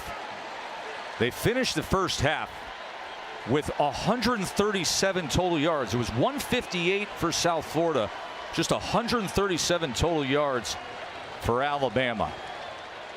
14-6. Bama, the 2-touchdown. Grammatica will be kicking away as Alabama receives the second half kickoff. Jalen Milroe with a couple of touchdown runs, but really the big story has been elsewhere as Kendrick Law on the return, and watch out. Ball comes out, and it is recovered by Grammatica. Kendrick Law fumbles it, and young Nico Grammatica, the true freshman son of Martin Grammatica, the Super Bowl champion from the Buccaneers 20-plus years ago, gets the recovery. It's such a great play by Ben Knox, #1 for South Florida there. He's the one that punches it out. And how about Nico Grammatica, Johnny on the spot? That looked like that was going to be an incredible return by Kendrick Law, setting up Jalen Milroe at midfield, and South Florida steals a possession on the opening kick of the second half. I was just about to turn to you and say all the miscues by Alabama, the penalties, everything, sloppy football, and then they open up the second half with a turnover as he quickly gets it to right. That's the first turnover of the game. That should have been a face mask right there. You're right. Todd Campbell. There's the flag that's down. I mean, another penalty now. They had 8 for 60 in the first half, and everything going sideways here in the first 2 plays for Bama. Personal foul, face mask, defense number 11. 15-yard penalty from the end of the run, automatic first down. See Jahad Campbell there, just getting a tug there on the helmet. You don't actually have to grab the face mask and twist it. It's just twisting the helmet at any point. Jesse, it's 9 penalties for 75 yards. It's too sloppy. And you know, Joe, that's something Kalen DeBoer addressed with his team at halftime. You just got to cut out the mental mistakes. Just get out of your own way. South Florida, just a 1-possession game. Brown, oh, he had his man right as well, but he overthrew it. Yeah, he's missed a couple. We saw early in the game, he missed Michael Brown-Stevens on a deep shot that would have been a touchdown. And that time there, he just needed a little bit less arm. Naquan Wright, 5'9". He's not the biggest running back, and when you're throwing to running backs, you really have to be accurate and put it on their body. There's Wright as he spins his way down to the 31. Russaw with the tackle.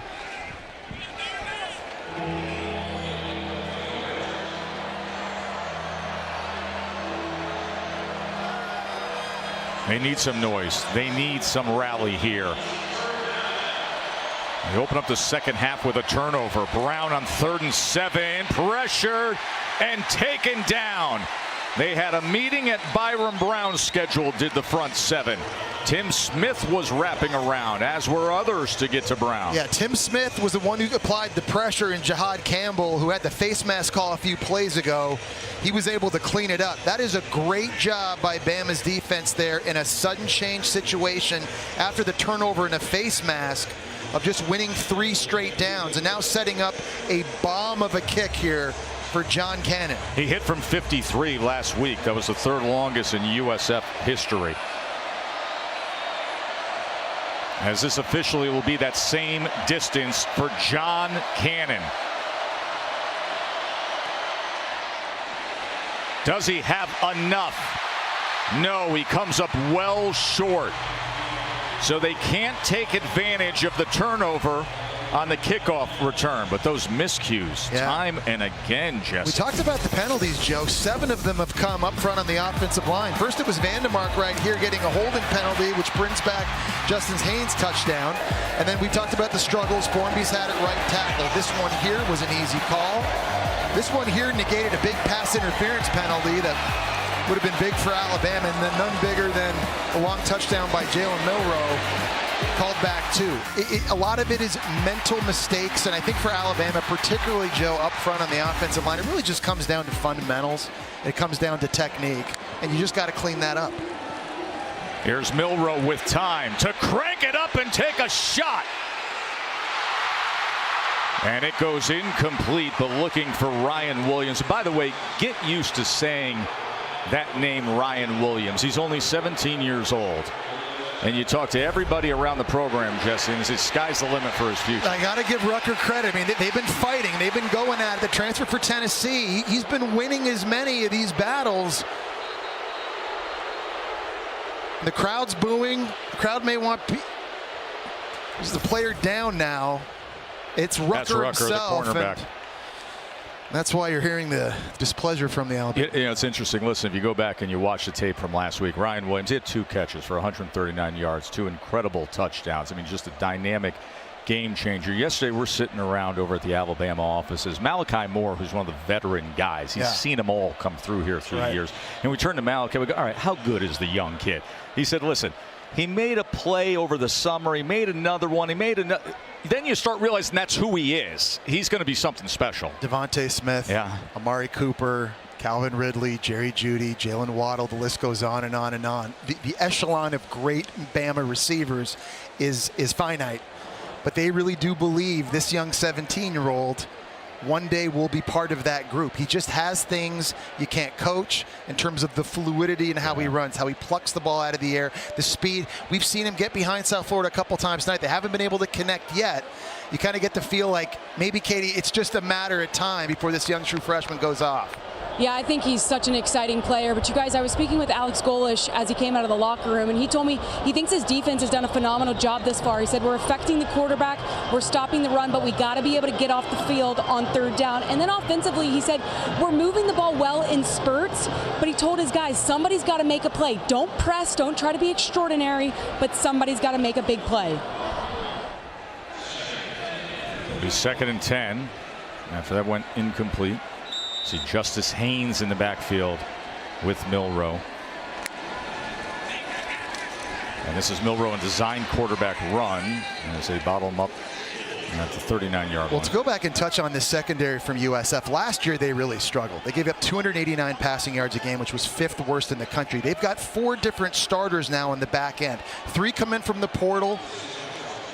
Tavin Ward changes position. And in this game, you've seen them covering deep. Jalen Milroe has gone deep 7 times in this game. They have not given up 1 completion. They've had a couple of PIs, but they've been able to kind of limit the bleeding.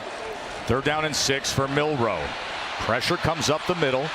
He backs all the way up inside the 20 and is taken down there by Mac Harris. Another big play from Harris. Well, there's a huge stunt up front. Lots of movement by USF. And this is a place that I think Jalen Milroe has to get better. He has to know when the play is over and how to throw this thing away. You've got Rico Watson's going to be looping in, Mac Harris flying downhill, and there's just nowhere to go with Jalen Milroe with this football. And right now, either you break contain, throw that thing out of bounds across the line of scrimmage. You just can't keep taking negative plays like that. Todd Orlando's defense has 3 sacks against Bama. Burnham with the punt. Atkins with a poison call. Look at this bounce it takes for South Florida. A big sack moments ago by Mac Harris, and because of it, South Florida is going to have prime field position again. A 1-possession game against the number 4 team in the country here in the second half.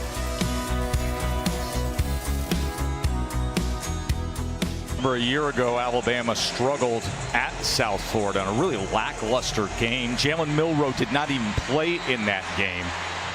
This team was focused, seemingly wired the right way this week, ready to take on this challenge of a confident group from South Florida, but the miscues, the penalties, the sloppiness, and thus a 1-possession game.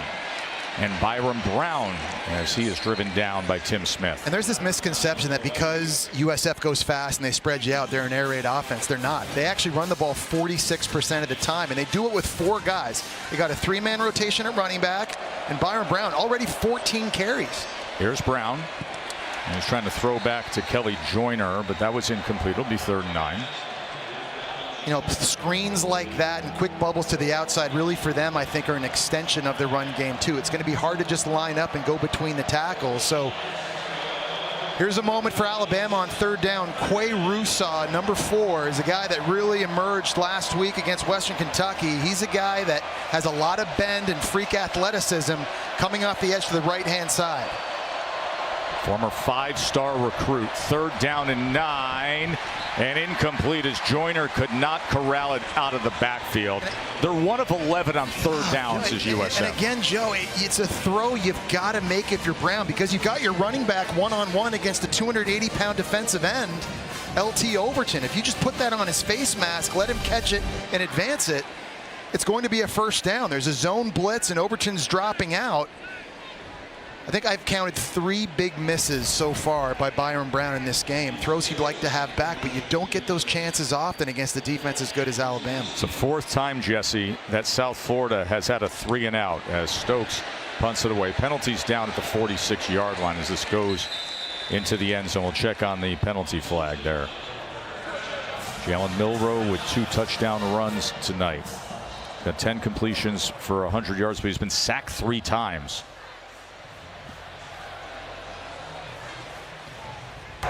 Illegal formation, offense, more than 4 players lined in the backfield. A 5-yard penalty will be enforced from the end of the return. 1st down. Our Aflac trivia question focuses on that man, the 49-year-old Coach DeBoer, new head coach at Alabama, who's won 26 games since the start of 2022. Where do you think that ranks among major college football coaches? 26 wins since the start of the 2022 season for Coach DeBoer. I mean, we know the guy in Athens has won a lot. Right? He's won a lot. Kirby Smart's won a lot of games in that time. The former guy here's won a lot. Former guy here's won a lot. Guy up in Columbus has won a lot. There's Milroe back to business. Jam Miller. I'll tell you, they're struggling to run the ball, is Bama. The Aflac trivia answer, you knew it. Kirby Smart had 29 wins. So DeBoer, Jesse? Yeah, second. Behind Kirby Smart. That's right. So average yards per rush. Bama's under a yard per rush.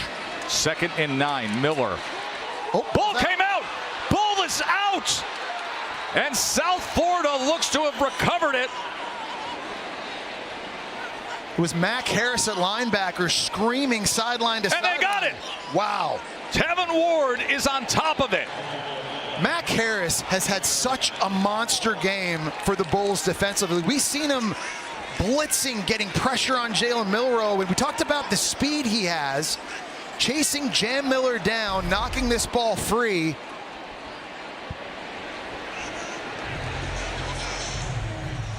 That's what you call A country fumble out there in the open grass, just who wants it? Tavin Ward jumping on top of it. 2 big fumble recoveries here in the third quarter for South Florida. They've got to do something with this field position, Joe. They couldn't do it after they recovered on the kickoff return. Sitting inside the 40-yard line now, they've got to come away with points. And the officials are looking to confirm that this is a recovery. Let's bring on our rules expert, Matt Austin. Matt? Yeah, Joe, I don't think there's any question that it's definitely a fumble by the Alabama running back, but did they actually gain firm control before they touched the sideline over there? And I think that's what the replay official's looking at. Let's see if we have firm control before they hit the sideline. There's Tavin Ward. Now listen, Matt, I'll ask you this, much like when we talk about the completion of a catch, but you have to be able to see the firm control, because then all of a sudden he gets rolled up by multiple players. And it is a fumble recovery and a first down after the turnover, South Florida, as they take over at the 39-yard line of Alabama. Brown, he gets that ball complete as that goes to Abdur-Rahman Yassin. And that wasn't easy either, because he had Jihad Campbell blitzing and was right in his face, but Brown's big at 6'3". He was able to stand in there and deliver the completion. 13 yards there. Here goes Brown on the quarterback run, but he doesn't find anything with Damon Payne making the tackle. I mean, he's dragging a 313-pound guy forward, Joe. You mentioned it earlier. He always seems to fall forward when he's running with the ball, and the extra 20 pounds that he gained this offseason is going to good use in this game. You've seen finishing runs. 2nd and 7. Keith straight ahead. He spins and rolls over a defender, and based on that mark, it's a first down, South Florida. And I think that's been South Florida's best conventional run, the outside zone to the right that's been allowing these running backs to cut it back. Brown cuts back himself and drives inside the 5. It is 1st and goal, South Florida, trailing by only 8. Like, he's one-on-one with one of the best linebackers in the country in Deontay Lawson, and he shakes him. Straight ahead and straight in to Ron Keith. How about these South Florida Bulls?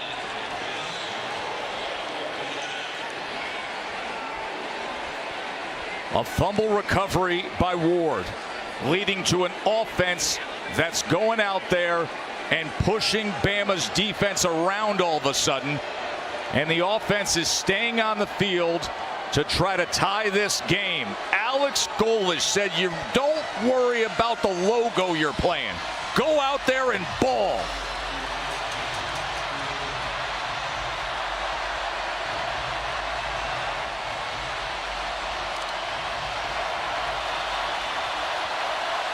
To tie the game.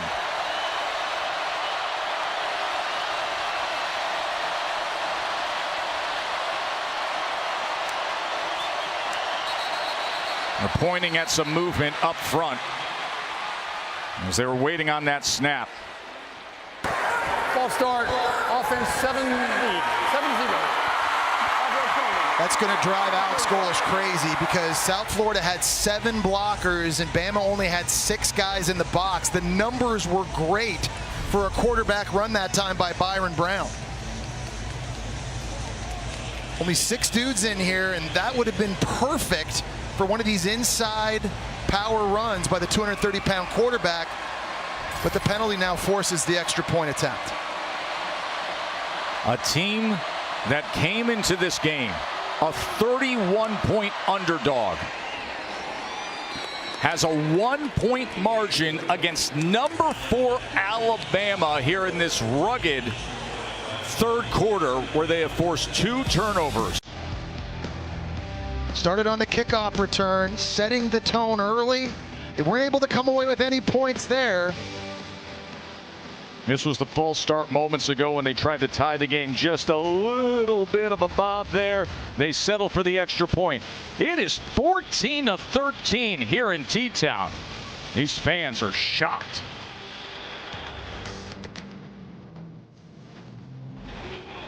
And college football primetime presented by IHG Hotels and Resorts. A 1-point margin, the number 4 team in the country with a struggle here at home against South Florida on a day when the number 5 team in the country lost at home. Notre Dame was upset by Northern Illinois, and now here is South Florida. It was a 33.5-point underdog at the time we kicked off.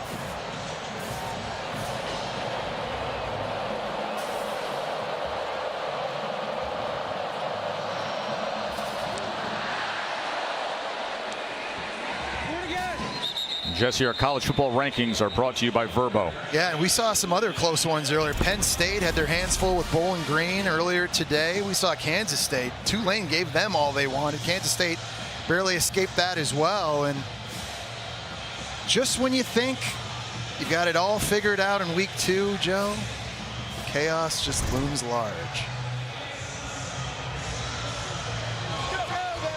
And confidence grows the deeper you get into a game like this. You saw Byron Brown puddled off to the side. He has 102 rushing yards against this talented Alabama defense. And now Jalen Milroe in the Tide offense.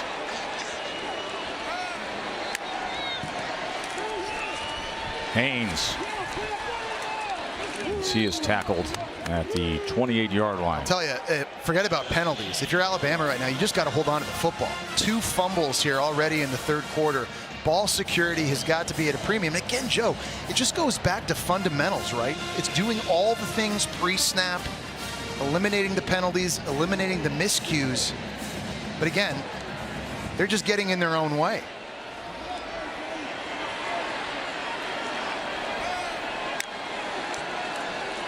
Here's Milroe on 2nd and 7. No flag to be seen as Bernard was locked up with Brent Austin. It's going to be 3rd and 7. There was a lot of contact that time from Deshaun Rucker. I thought that should be PI, and I'm not sure if they felt this ball wasn't catchable, maybe too high, but there's just, that to me is defensive pass interference. Paco Austin got there early, and certainly Kalen DeBoer wants that call. 3rd and 7. They're 2 of 7 on 3rd down.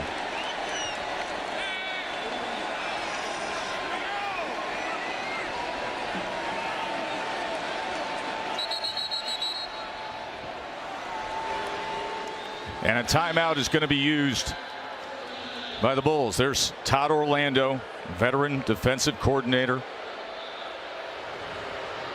You know, last year they really came after Bama, and they had 16 pressures. That was the most that any opponent had against Bama. Let's go back to look at what you felt was a pass interference, Jesse, and we'll bring in our longtime SEC official, now our rules expert, Matt Austin. Matty? Well, the ball was... It looked to me like both players were playing the ball. I do think that there's been some calls earlier tonight that could have been made. In this case, I think the defender is playing the ball. It was high. He jumped. The legs got caught up, and the receiver went down. So in this case, I understand no flag. Okay. That is Matt's observation. You know, it's pretty incredible, Joe. You're pointing out a moment ago Todd Orlando and just how aggressive he's been play calling and blitzing Jalen Milroe. There are a lot of D coordinators out there that don't want to blitz him because if one guy gets out of a gap, Jalen Milroe takes off. He has brought pressure play after play after play. In situations like this, 3rd and long, Mac Harris, number 24, who's had a massive game from the inside linebacker spot. He's been everywhere tonight for the Bulls. Last year, Todd Orlando blitzed 43% of the time against Alabama. Keep in mind, Milroe wasn't in the game then. Here he is now, 3rd and 7, pressure. He escapes it for the moment, backs up to the 14, and then has to throw it away. Good work by Jason Vaughn, the first to get in there, as well as Watson following up. Yeah, really nice job by Rico Watson because he's lining up. He's normally a defensive end. He's going to loop all the way from the right side to the left and get the pressure. He starts here, and they're slanting guys, and he's coming all the way around. This defense is just never stationary. They make it so difficult. You got to communicate. He just pushes the running back off of him. Nice job by Milroe to avoid him, but nowhere to go downfield with the ball. Jesse, that is the 5th Bama 3 and out.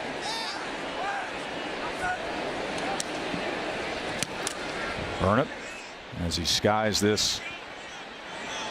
And a fair catch around the 35-yard line by Atkins. Our playbook is brought to you by Modelo, a chance to look at Todd Orlando's Bulls defense. Yeah, and listen, it's not just blitzing. They've been pretty good in the run game as well. You see getting penetration, playing downhill, and just creating havoc in the backfield. People filling linebackers playing downhill. Remember, they're playing without their leading tackle from a year ago, Jalen Schuler. So guys have stepped up, and they've made big plays. You've seen the speed that South Florida has, creating all types of problems. But Todd Orlando, the defensive coordinator, man, he is calling a masterpiece. This has been his tour de force, I think, since he's been at South Florida.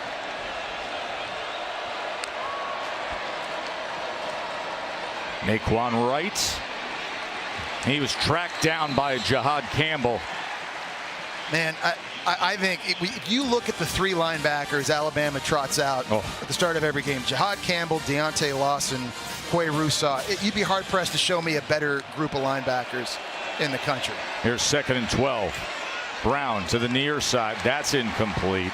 Hardiman was trying to come back for it, but it's going to be 3rd and long. And the thing about these linebackers in this system, in Kane Womack's swarm defense, they can line up at linebacker, they can line up at defensive end. You can put them a yard off the ball to spy Byron Brown. So much you can do with all the speed.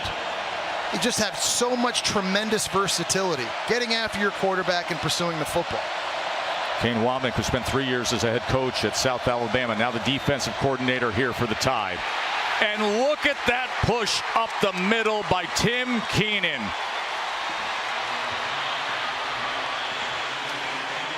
He's 326 pounds. There's only so much you can do. It's just right here, and he's going one direction, backwards. That time there's no help for the right guard, mano a mano, and pressure doesn't always have to come off the outside edge. I always felt as a quarterback, Joe, the worst pressure was when it came right up the middle. There's nowhere to go. You can't step into throws. It affects your vision. Really nice job by Tim Keenan. 3rd sack for Bama. 5th 3 and out for USF.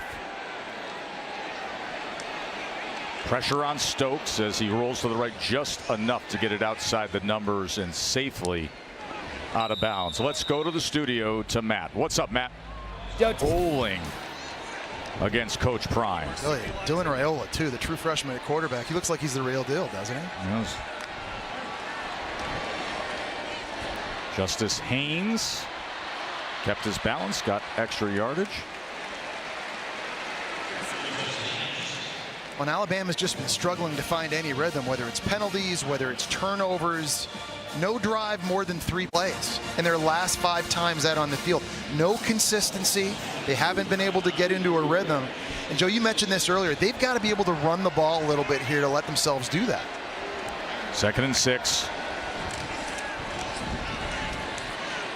Haynes can't find anything. I mean, you got to give South Florida credit up front. That time it's Decarius Hawthorne, number 90. He's just not getting moved. He's winning his one-on-one battle outside. Got to be so impressed, I think, with the toughness and the physicality, not just the speed, the toughness of this front 7 for USF. Only 42 rushing yards for Alabama. Their longest rush today is only 13 yards. 3rd down and 5.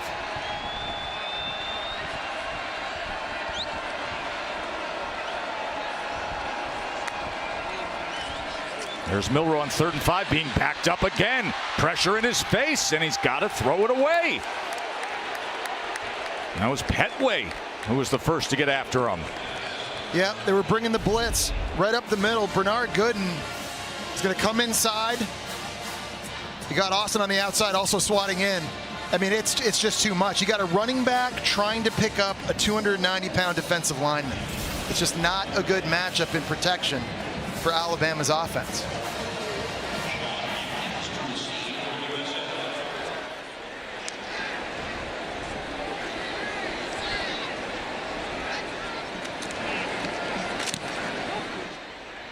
Burnham sends a big knuckler down to the 12-yard line.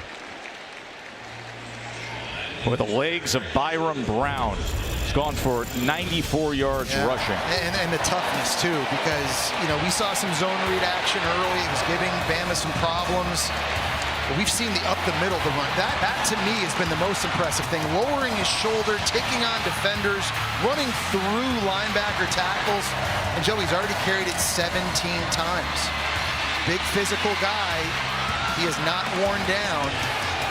You know, their running back rotation is a bunch of smaller dudes, but look at what Byron Brown has done in comparison to what Alabama has done as an offense on the ground.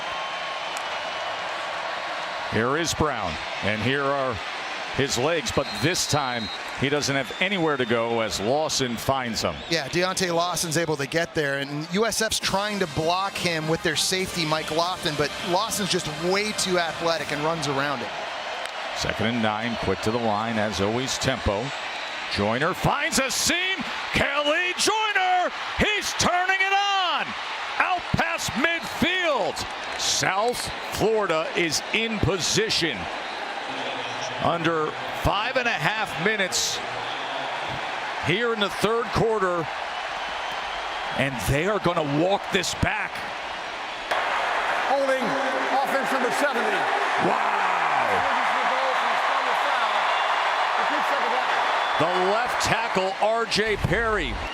He was out working against Jihad Campbell. He's here. He's going to kind of get up into the 2nd level, try to get a block on Campbell. This thing looked like it was a jailbreak. It was going through. Just a little bit of a tug there. Alabama was the O-line that had issues with it earlier.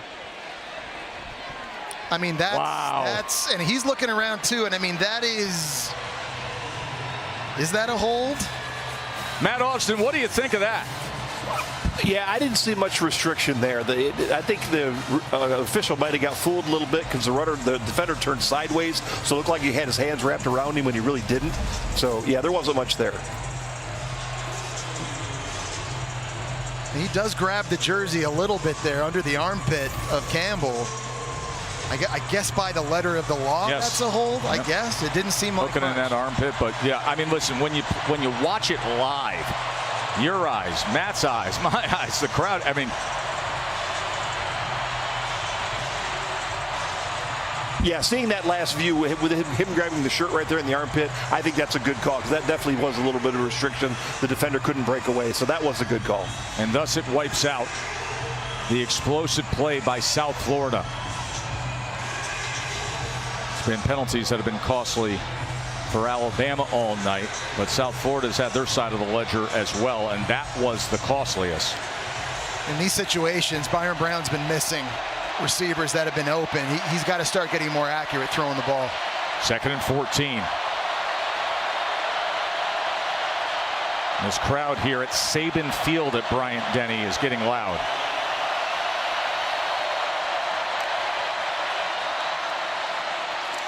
Joyner patiently looking for something as he works his way out to the 14-yard line, tackled by Q Robinson. That's a nice little play, Joe, because it does get some of the yardage back and at least helps you out here in this 3rd down situation. We've seen Joyner now rip off a couple nice runs outside to the left, and you just wonder for South Florida, if that's a place in the run game, they'll keep attacking. This has been a disaster for South Florida. They're 1 for 12 on 3rd down. 3rd down and 7. Can they move the chains? Brown, pressure up the middle. Flag comes in again as he throws it out of bounds and incomplete, looking for Sean Atkins. No, I mean, the center, Mike Lofton, essentially tackled. Big number 96, Tim Keenan for USF. It's the only way we've been able to stop Keenan tonight. Offense number 65. The loop's coming in here. This is where the hold is, right in the middle. Just a little bit late picking it up. And he just takes big Tim Keenan down to the ground.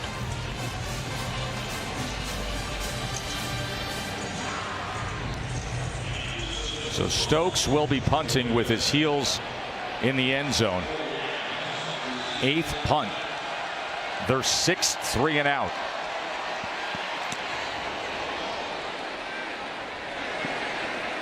Takes a bounce past midfield, harmlessly goes out of bounds.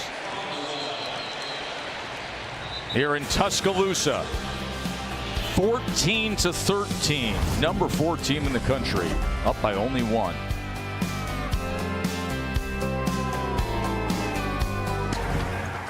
remind you what I said last night, and I mean this from the bottom of my heart. You are not playing a logo. You guys understand me? You are playing a one-on-one battle in front of the man in front of you.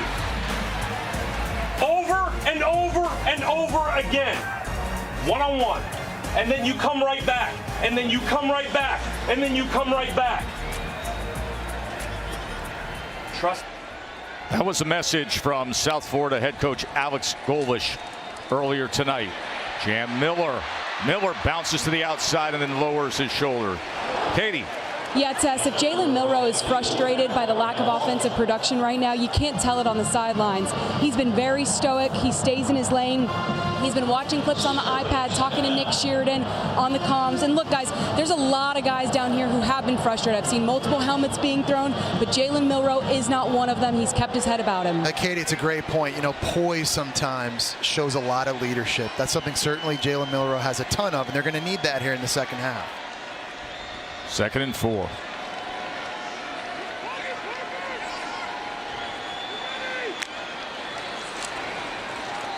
Miller, a lot of room to get revving there as he goes ahead for the first down, tackled by Bayard. The penalty flag down. I'm not sure if Alabama had enough guys up on the line of scrimmage on the offensive line. Offside. Defense number 99. 5-yard penalty for the previous spot. The result in a first down. I thought the right tackle for him, he was a bit off the line. He was lined up right across from Rashad Cheney, who lined up in the neutral zone. Joe, you've seen now Alabama run the ball the last 2 plays, and offensive line firing off a little bit and finally creating some space for Jam Miller and these backs. First time that Bama's been in South Florida territory since 3:28 to go in the second quarter. Orbit motion, Milroe play action, sets up the screen to the other side. Jam Miller as they drive ahead and move the chains. The flag is down to the 34-yard line. It was a well-designed play, but we're going to have to check on this flag again. It's been nonstop, hasn't it? It's a block in the back by Tyler Booker. Block in the back. Offense number 52. 10-yard penalty for front of the foul. Repeat first down. They did such a great job setting this up, and there's, you know, jet motion as you mentioned, and they got the flow going to the right side, and they literally have it. They have it ready, and Booker's out in front. You see 52 locked up there with the cornerback Deshaun Rucker. He just shoves him in the back. Sean Rucker, who left the game as he was being tended to by the training staff earlier tonight, back in there. So 10-yard penalty will back it up to a 1st and 12. 20 penalties for 161 yards between these two teams in this game. Milroe on first down. Incomplete, was trying to get it to Prentice. And a flag is down as Milroe took the hit. Personal foul. Roughing the passer. Defense number 0. 15-yard penalty for the previous spot. Automatic first down. Well, it's Doug Blue Eli who comes through the middle of the line of scrimmage, and you're going to see him bearing down on Milroe. You'd love him to just be able to lay up. But he's running full speed, and he's a 300-pound guy, and he can't stop. And, like, he's not scooping him up and slamming him in the ground with the intent to punish. Joe, when I played, that definitely was not a penalty. No, that was pretty much every play. Targeting was happening every single play. First down at the 30-yard line for Bama. Milroe with a man on his feet, but his fleet feet extended. Another flag comes down as he just throws it again. I mean, this game is so choppy with all the penalty flags. Yeah, guess who? Wilcom Formby at right tackle. They may start watching O-line film tonight. Holding. Offense number 75. 10-yard penalty for the previous spot. And that might be the 4th holding penalty on him in this game. And Decarius Hawthorne, number 90 for USF, has been very, very disruptive. But Big 75 is having a big hard time. I mean, he's getting beat across his face to the inside over and over and over again.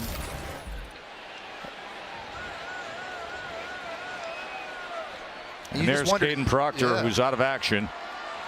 So they've had to shuffle things along that offensive line, and you're seeing the results. 1st and 20. Milroe looking over options, goes underneath shallow to Ryan Williams, and true freshman is tackled at the 26-yard line. I think it brings up an interesting question. You know, can Alabama throw the ball to win games this year? Last year against Texas and Michigan, when teams took the run away, they struggled in those games pushing it downfield. They've only got 48 rushing yards so far in this one. Can Jalen Milroe, can this offensive line and pass pro, can this receiving group, can they make enough plays here in a one-point game through the air?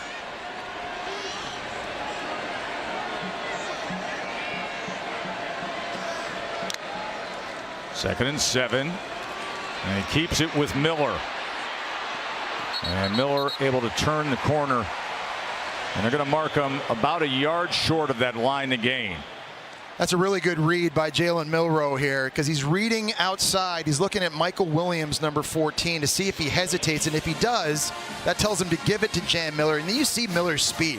They'll sometimes line him up at wide receiver. They'll give him jet sweeps. But getting him to the outside, I think, is where Jan Miller truly shines in this offense.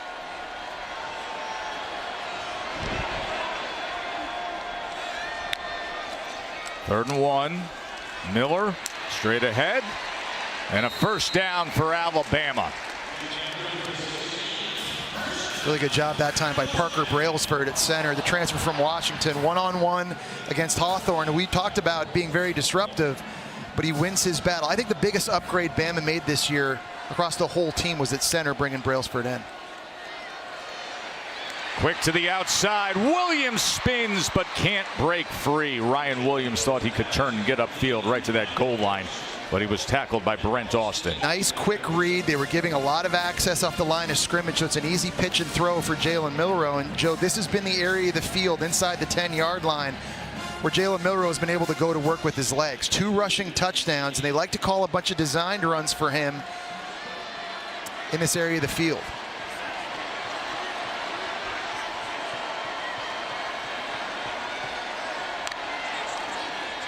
Second down run, Miller tackled for a loss.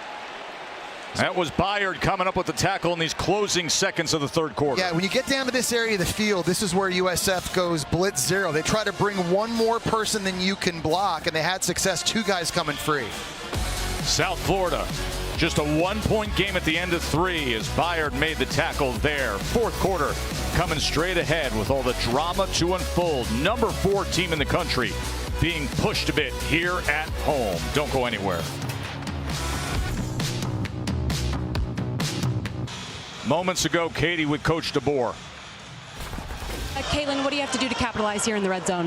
Yeah, just execute, and just different guys just not quite making the play they need to make. And so we're right there, but you got to finish. And so third down right here, got to do a good job converting. Got to get some points here. Got to get a touchdown. Thank you. They are right there. They're knocking on the door to start the fourth quarter with only a 1-point lead.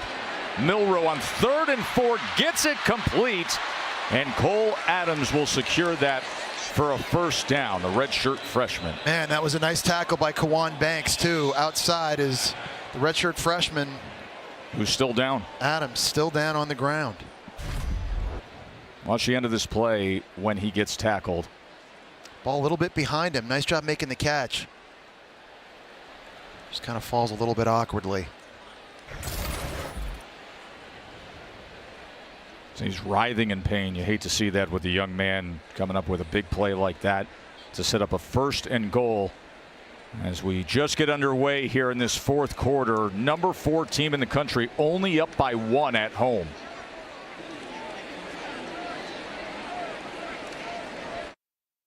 Adams was able to walk off the field under his own power, head to the medical tent after he made a really good play for the 5-yard reception to make it 1st and goal, Alabama, number 4 team in the country. They're favored by 33 points in a 1-point game here in the fourth quarter against South Florida. To me, the best players, he's got to touch the ball and keep the ball, and that's Jalen Milroe at this point of the game, this part of the field. Haynes, nothing there, stacked up.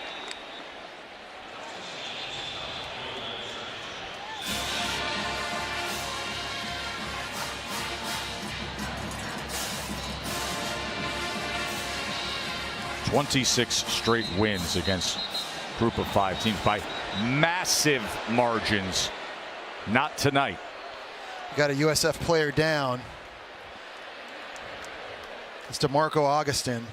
His backup safety. Yep. When you think about that stat of 26 straight wins against this level of opponent by an average of 38 points per game, you think about the fact that Alabama has not lost to an unranked opponent at home since 2007. And then South Florida in a choppy, sloppy game, sitting here in the fourth quarter with just a 1-point margin. Jesse, let's remind everybody of what we'll be a part of next week with the SEC on ABC triple header. At noon, it's going to be number 18 LSU taking on South Carolina. At 3:30, Texas A&M and Florida down in Gainesville. And then the number 1 team in the country, the Dogs, face Kentucky at 7:30 p.m. That is the SEC on ABC. Yeah, South Carolina really opened it up late in the game against Kentucky today. DJ Lagway looked really good for Florida against Samford. Question mark there. I think a lot of people are going to be wondering against Texas A&M next week if Graham Mertz is healthy, who gets the start at quarterback. I think that's something that'll get discussed a lot this week leading into great slate of games on the weekend. We saw glimpses of DJ Lagway last week when we were doing that Miami game. Yeah. I mean, that kid's got real gifts. Yeah. Real gifts. Yeah, there's a reason he was the number 1 ranked dual threat quarterback coming out this season. I mean, he just has things you can't coach at 6'3", 240 pounds. The ball just flies out of his arm. He's a big physical runner with athleticism as well, and gives some different dimensions to Billy Napier's offense. Elsewhere in the SEC today, Texas 31-12 and how good was Michigan. How good was Quinn Ewers on the road again? Bama fans obviously know about that based on what he did here in this stadium last year, but today against all those blitzes looks from Michigan on the road in the Big House, he was outstanding on 3rd down. I think Texas made a big statement. Oh, no doubt about it. He had 3 touchdowns today. This is Bama's longest drive of the second half. 10 plays, 50 yards. 2nd and goal. Milroe to pass. And he gets it to the big Robbie Oots. As Oots is going to be marked out at the 2-yard line. I just don't think you have to overthink this thing. If you're Kalen DeBoer in Alabama, you're down at what, the 2-yard line? You've got one of the best athletes in college football playing quarterback. Just let him go. Let him catch the shotgun snap, get the extra blocker, and just go. His 2 rushing touchdowns today does Milroe.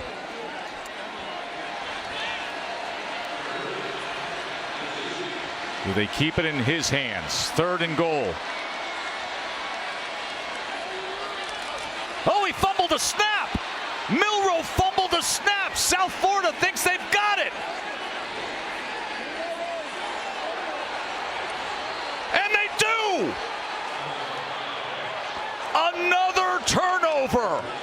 Just when Bama and this crowd thought they were punching it in, it's South Florida's ball. And interesting to have Jalen Milroe go under center this close to the line of scrimmage. Obviously a fumbled exchange. And you don't have to tell Alabama about center quarterback exchange issues, especially after last season. They had Kendrick Law going in jet motion. And I don't know if he was going to hand that off or not, but the timing of it all was messed up. He never was able to get the ball. And what a massive, massive mistake for Alabama right down on USF's goal line. Bernard Gooden with the fumble recovery at the 4-yard line. Hawthorne was in there as well. The 3rd Bama fumble all this half, just when they were looking to try to extend that slim 1-point lead. I just don't understand why he's not in the shotgun like he always is on every snap, and you just let him catch it, and it's QB power downhill. And now Byron Brown with his feet a yard into the end zone, taking over here in the 4th quarter. I think if you're USF here, Joe, you're just trying to get some breathing room, right? You're just trying to get away from your goal line. And not just the goal line, but that student section here at Saban Field at Bryant-Denny. This is an area of the field, too, where you wonder how much the coach-player communication works on the microphone. This is the loudest part of Bryant-Denny Stadium. Hiram Brown, the quarterback, on 2nd and 8. He's going to keep it himself, and Brown slips up as he made that cut out to the 11-yard line. If he kept his footing, perhaps he would have moved the chains, but it'll be a big 3rd down now for Alex Golish and the Bulls. Under 13 minutes to play. A 33.5-point underdog against number 4 here on a night when they're celebrating Saban. 3rd and 3 out of the backfield. Keith, defensively, they got to him, and it looks like he's going to be marked short. And that's another example of an inaccurate throw by Byron Brown. If he's able to put that out in front of Teron Keith, he can catch it and advance it, but because it's thrown behind him, it slows down all his momentum, and then it's Justin Jefferson who's able to rally to it and make the tackle. It's an excellent tackle by Jefferson. He was the number 1 ranked JUCO linebacker in the country. And now they're going to send the punt team out there. Remember, a new punt returner for Bama because of the injury to Cole Adams. So Stokes from the end zone after the turnover down near the goal line as he skies it away, looking to flip the field. This is a line drive of a punt fielded at the 38 by Mbakwe, and he's got a good return. And Bama's going to have great field position. Just moments ago, they thought they were going to punch it in. Jalen Milroe on the snap. Bad exchange. And the frustrations for the offensive coordinator, Nick Sheridan. More to come. Don't go anywhere. ESPN College Football Primetime is presented by IHG Hotels and Resorts. 19 hotel brands, 1 loyalty program. Download the app. Joe Tessitore alongside Jesse Palmer and Katie George, and our entire crew thrilled you're with us here for this broadcast from Tuscaloosa. Saban Field at Bryant-Denny Stadium, the new name here in T-Town. Just a 1-point margin. Jalen Milroe, where he's most dangerous, splitting defenders and getting ahead for a 1st down. Why not just do that? You're looking at me like Jesse. It's not hard, and you don't have to reinvent the wheel and overcomplicate this thing. I think sometimes as coaches, you get paralysis by analysis, trying to call everything on your play sheet. Let the best athlete on the field carry the football. You can see Brent Austin is still down on the field. The backup cornerback. Jalen Milroe with the 2 rushing touchdowns tonight. Remember, he had a long touchdown called back because of a holding penalty, but I mean, I think at this situation in the game, 4th quarter up by 1 point, number 4 just needs to carry the football as often as possible. On the second half, 3 fumbles by Alabama. The opening kickoff of the second half. K-Law fumble. Yeah, Kendrick Law putting it on the ground. That was a big play for the confidence and momentum for USF. And then you see Mac Harris flying across the field, creating that fumble. And then just on the last drive down on the goal line, for the first time today, they put Jalen Milroe under center, and he has a fumbled exchange with center Parker Brailsford, which gives possession back to USF. You hear the cascade of boos raining down here as the player who was down and being tended to, Brent Austin, went out and ran off the field after he got up after seeing the trainer. 11.5 minutes to go. Number 4 Alabama is coming off a thumping victory where they looked so razor sharp against Western Kentucky. South Florida played them tough last year in a lackluster road win for Bama. And it's happening again here at home with a penalty-filled game. Haynes straight ahead as he gets it down to the 17-yard line. And you got to give USF their credit, though, Joe, especially on defense. And what did Alex Golish tell them in the pregame? He said, win your individual battles. And I got to say, this D-line, the front 7 for Todd Orlando right there, the secondary, more often than not, they've been winning their one-on-ones in this game. And he said, when we're at our best, we can play with anybody in the country. The defense has proven that tonight. 2nd and 6. Milroe, this time he's tackled at the line of scrimmage as they stayed sound defensively with Rico Watson. He did such a good job. He stayed outside and made sure Jalen Milroe kept the football and then crashed down in to make the tackle. It's 3rd and 6, Jesse. Yeah, and all night, the pressure from the secondary level, from the linebackers, they've been able to get in the backfield and bring Jalen Milroe's eyes down. We asked earlier, can they throw to win games? Here's a critical 3rd down in the red zone.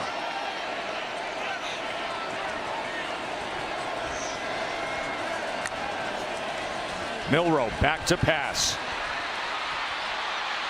Drives the ball complete inside the 5 and into the end zone goes Kobe Prentice.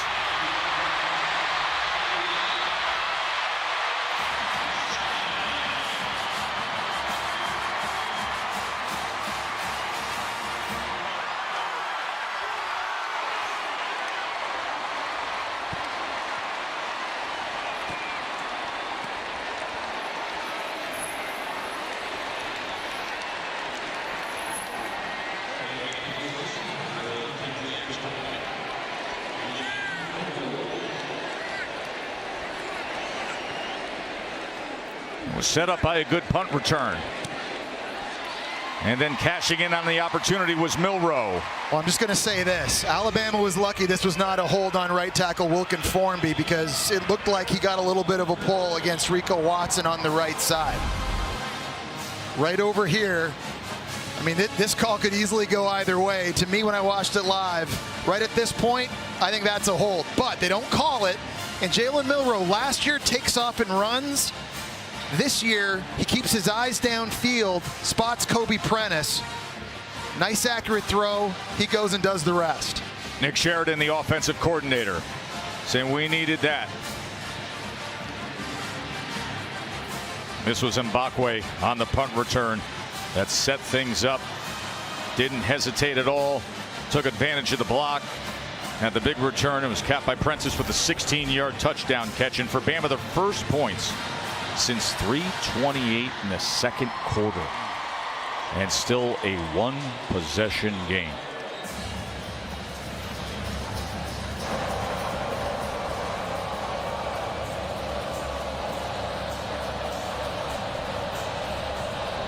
Connor Talty as he kicks away.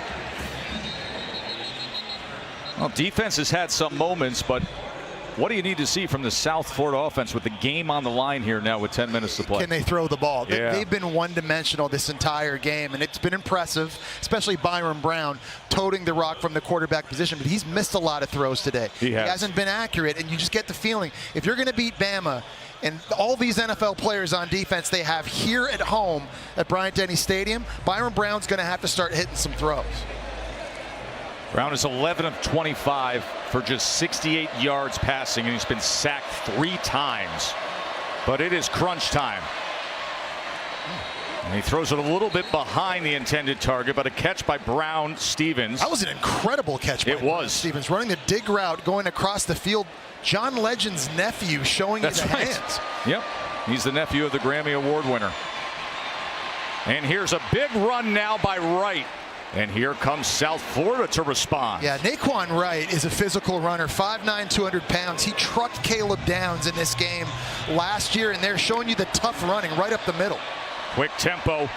Brown keeps it alive and then is driven back that time by Justin Jefferson. Wow. He's had 2 big plays now in this fourth quarter. He really has, and he's dropping back into coverage, and as soon as he sees Brown tuck the football, he goes into attack mode, and he made South Florida's quarterback pay for keeping the football. Instant replay is reviewing your last play for potential targeting foul. Potential targeting foul is what they're looking at. So the definition of targeting, again, is forcible contact to the head or neck area of a defenseless opponent, or hitting him with the crown of your helmet, any part of the body. And I think what they're going to go back and look at here is if, in fact, when he ducked the head and tucked it, if it's the crown of the helmet that makes the first contact, and if that first contact is forcible in the head or neck area of Byron Brown. It's a great explanation, Jesse. Now let's bring in our longtime SEC official, Matt Austin. Matt, how do you read it? Jesse, that was well put. By going by the rule book, there's an indicator. Yes, lowering his head, he is attacking, and I do think the contact is with the crown of the helmet. I do think this will be a target. It's so true. When you watch it in real time, it looked like a football play. It looked like a football play. Yeah. When you slow it down and you look at it from those replay angles, I mean, by the rule of the law, I mean, I do think that does look like targeting. Justin Jefferson awaits the verdict here in a real critical juncture of this fourth quarter. And here it is in real speed, to your point, Jesse.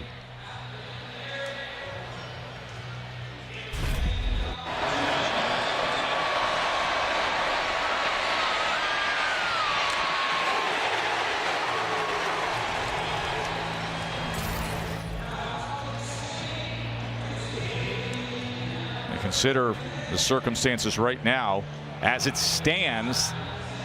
2nd and 11 at the Alabama 43 with South Florida trailing by 8. But the targeting will obviously be a huge boost to South Florida's chances here late. Here's the call. After further review, number 15 of the defense committed a targeting foul with the front of his helmet.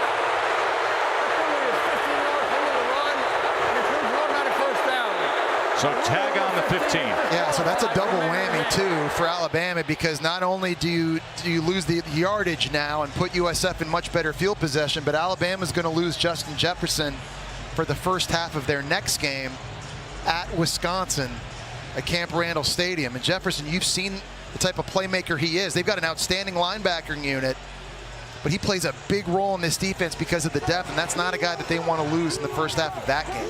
So Jefferson's out of the game. He made 2 big plays in his fourth quarter, but that one nailed for targeting, so we won't see action early against Wisconsin. The bye week, and then Georgia comes on their schedule.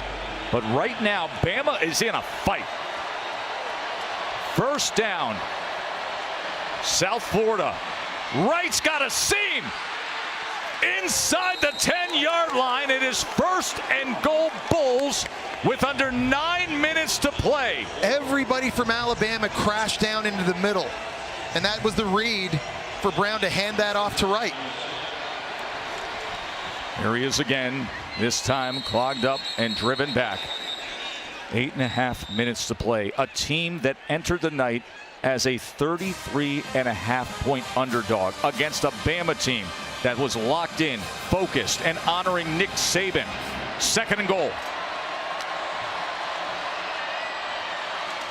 Right? Man, gonna get an extra push. Not much there. I gotta say though, I'm impressed with how well South Florida's run the ball against a much bigger and much more athletic front seven from Alabama. They've got 180 rushing yards at this point. Alex Golesh, he's just going downhill. This is just physical, mano-a-mano, and they're winning in the trenches. Remember, Alex Golesh, the head coach, the play caller here, he was the offensive coordinator play caller for Tennessee when they upset Bama 2 years ago. Now is the head coach. Big game hunting for real here. Fourth quarter, 3rd and goal. Byron Brown looking to run it himself. Not much room. Spins inside the 5-yard line. It was LT Overton, the first to get there. The transfer from Texas A&M, who's a 6'5", 285-pounder. I think you got to go if you're Alex Golesh here. I mean, he's bringing the field goal unit out, but I don't know if you're going to get this opportunity again down inside the 5-yard line.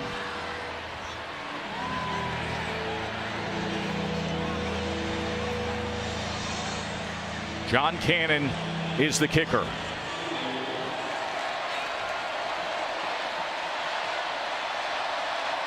From 22.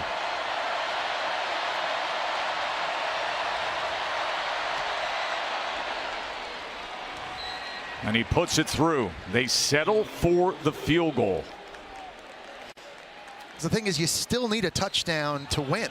Yes, exactly. And so, you know, I understand you want to pay the drive off and you want to get points, but taking advantage of the targeting penalty, putting you in great field position, breaking off some runs like that. An incredible catch with Michael Brown-Stevens. They have not thrown the ball very well. I just think that was a situation really to deliver a message to your team and a confidence in them. Playing here on the road in a game nobody expects you to win, but just kind of put your chips in the middle of the table and go for it.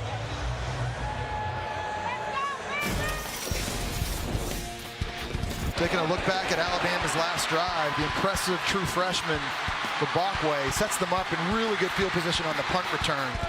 And then it was Jalen Milroe. Let's just simplify everything here. Let's just let our best player tote the rock. He did a great job here, a little breakdown in protection, finding Kobe Prentice for the touchdown. Katie was talking earlier about his poise and the leadership that he's shown throughout the course of the night when things haven't gone great. I think he showed you a lot of that on that last drive.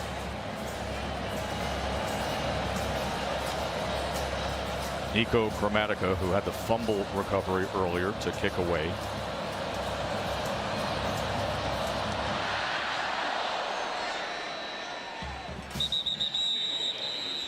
Katie.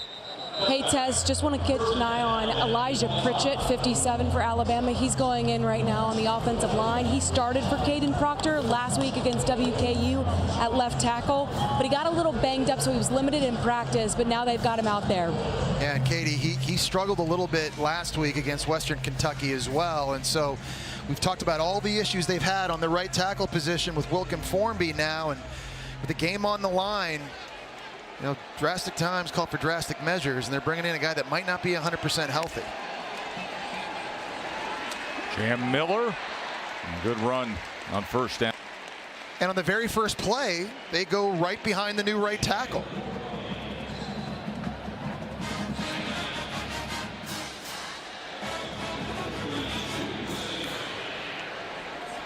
Second and 3.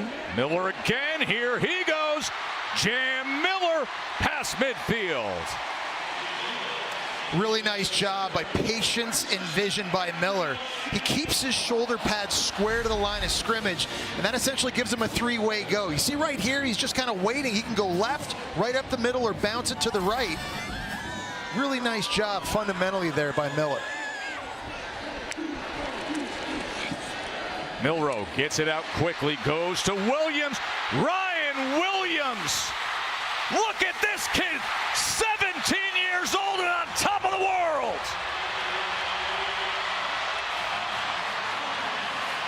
The prodigy, the youngest player in major college football, does it again.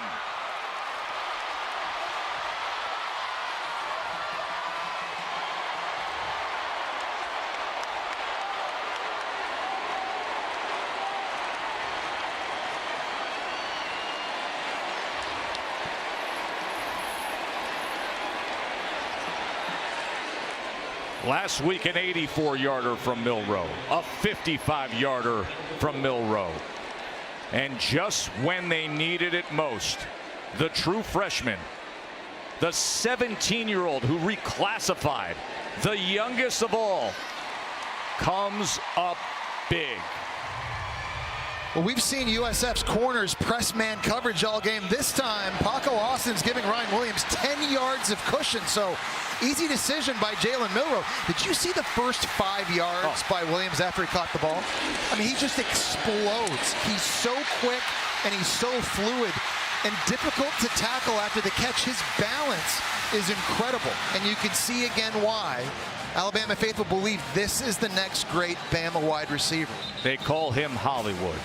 But you talk to those around the program. We had a conversation with the offensive coordinator, Nick Sheridan, yesterday. He said for a 17-year-old, his humility, his work ethic, and it's all based on the fact that he loves ball. He said ball finds energy, and he has energy. Does he ever?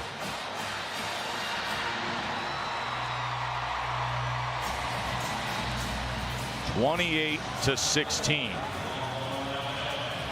Ryan Williams, get to know him. You're going to be saying Hollywood's name for a lot of big moments down here in T-Town.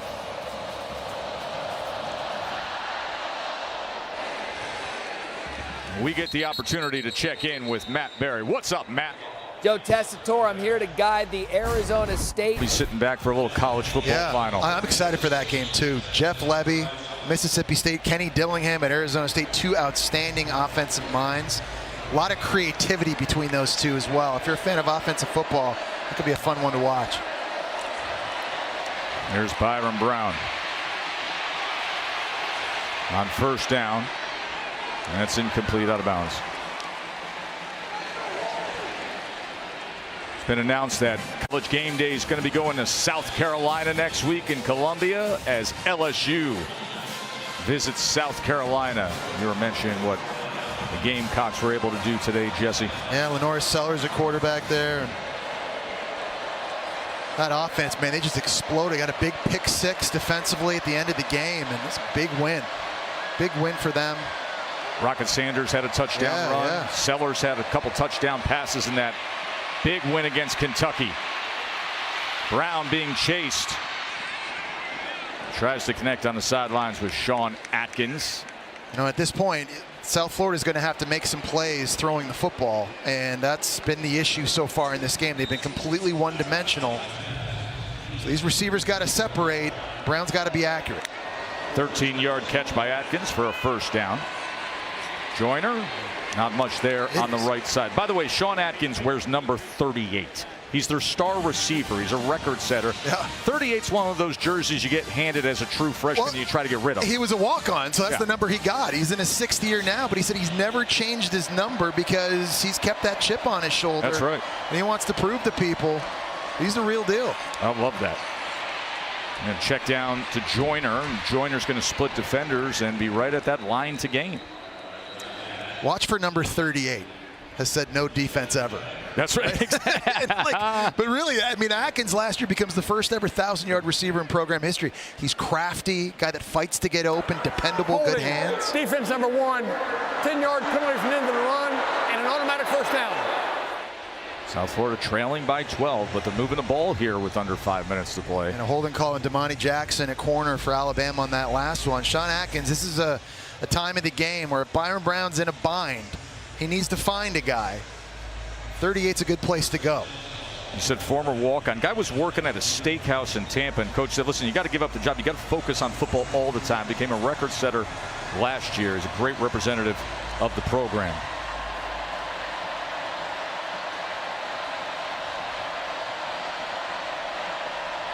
First down at the Alabama 43. Brown. Going to check down again, this time to Keith. And Keith is met by Campbell. I tell you, Joe, the speed that Alabama has at linebacker. I mean, Jahad Campbell, you just saw him. But we talked about Deontay Lawson and Quay Rousseau and Q Robinson.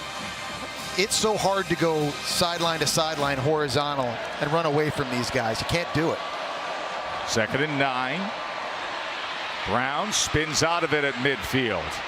Tries to reset and then has to run out of bounds. Is chased by Campbell. Preseason All-SEC selection, primed to have a huge year as Campbell.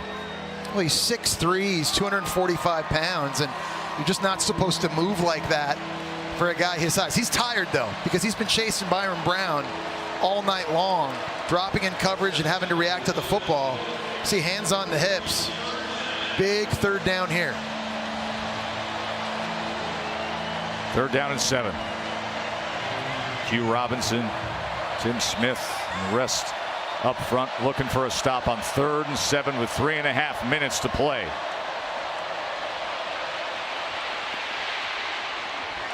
Nearly intercepted as Brown was dealing with a little bit of pressure. Sabb was trying to get on it, the transfer from Michigan, who had 2 interceptions last week. Yeah, it was LT Overton that was bearing down on Byron Brown. So here's another 4th down, and you've got to go for this now if you're Alex Golesh. Who can win? You're going to be under duress if you're Byron Brown. You know that right now. So somebody outside has got to win.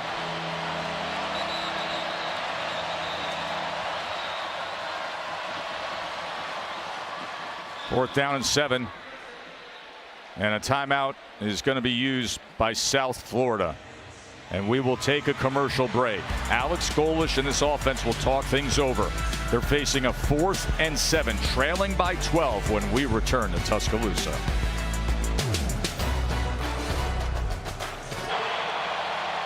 What a night it's been here in Tuscaloosa as you're watching the SEC on ESPN. Joe, Jesse, and Katie with you. As Nick Saban has been looking on at his former team he coached. Now the field's named after him. And Coach DeBoer has been watching a team that's been penalty-filled, but then bursts of excitement, and now a 4th and 7 for South Florida, trailing by 12. You've got Abdur Rahman Yassin down here working one-on-one against the true freshman, isolated with a safety in the middle of the field. Incomplete. No flag. Josh Porter was the intended target.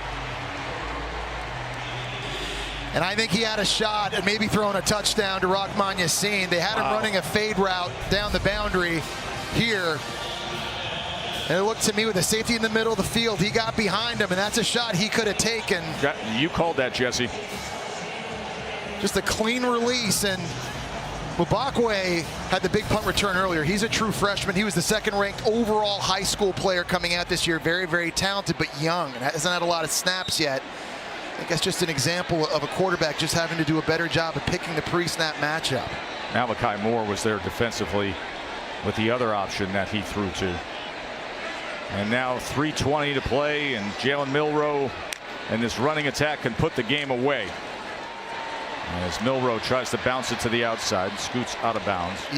You got to stay inbounds, Joe. And that's something I think Jalen Milroe knows. In this position of the game, up 12 points, and you're just trying to make this clock run, and the clock's running now, and it just, pauses for a second, but it's just all about understanding the situation in these critical moments. So right now you see them bleeding the clock, taking their time. You anticipate that they would just keep running the football.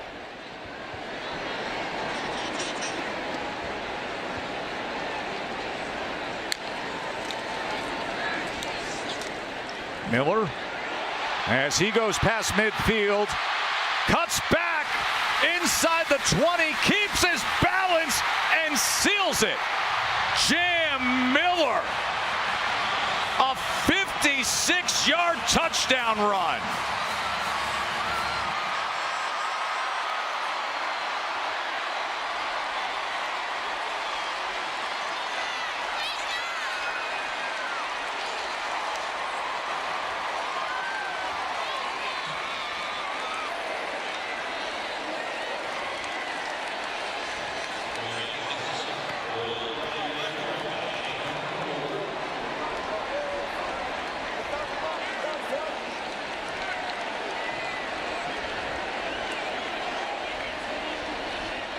Talent eventually took over. Explosive talent. Well, we talked about this offensive line. They've had a lot of issues today, but on that last touchdown, you saw their athleticism. It starts with Jaden Roberts at guard, getting out and getting a block, and then Parker Brailsford at center, pulling around and getting a block on the linebacker, Jamie Petway. Safety takes a bad angle. Jam Miller is able to bounce it, and he shows you his speed and elusiveness out in the open field.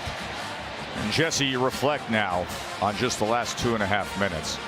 When you have a guy like Ryan Williams who could go for 43 yards, and then a player like Jam Miller who can do this. Yeah, and if you just stay out of your own way, if you don't have the turnovers, if you don't have the penalties, I mean, the sky's the limit for this offense. The crazy part is there's a lot of people at home that won't have watched this game. They're going to see the box score after and go, yeah, Bama won 35-16. Yeah, they handled them. The game was always never in doubt.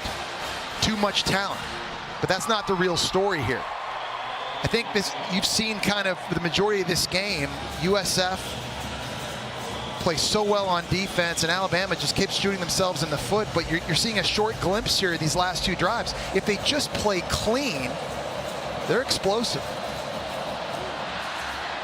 I agree with you. It's going to be so deceiving. But then Williams and Miller can fix a lot of things, can't they? They sure can. There is Jam. Such a great all-around running back. Yeah, you think about what they lost with Jace McClellan going off to the NFL at running back and Roydell Williams transferring to Florida State. They need to rely on Jam Miller and Justice Haynes to carry the football and spell each other and make big runs like that. They've got home run hitters lined up all over this offense at their disposal. with a dynamic quarterback like Jalen Milroe, they're going to be difficult to stop if they can play smart football. And that's really a 1A, 1B kind of situation with the running backs. And it's Byron Brown just goes underneath, and that's incomplete as he was trying to get it to right. I think the truth is for Alabama, Joe, is you could talk about, well, got to go to Tennessee and they've got to go to LSU and Oklahoma, and Georgia's coming here in a couple weeks. Auburn's coming in, Missouri's coming in, but the focus really needs to be on Wisconsin next week, Camp Randall Stadium, and fixing the penalty issues, and fixing the turnover issues, and giving themselves an opportunity. Obviously some concern with the offensive line tonight. The 2-minute timeout in college football, it has arrived. Some happier faces around Bryant-Denny Stadium here with the current score than we saw just moments ago.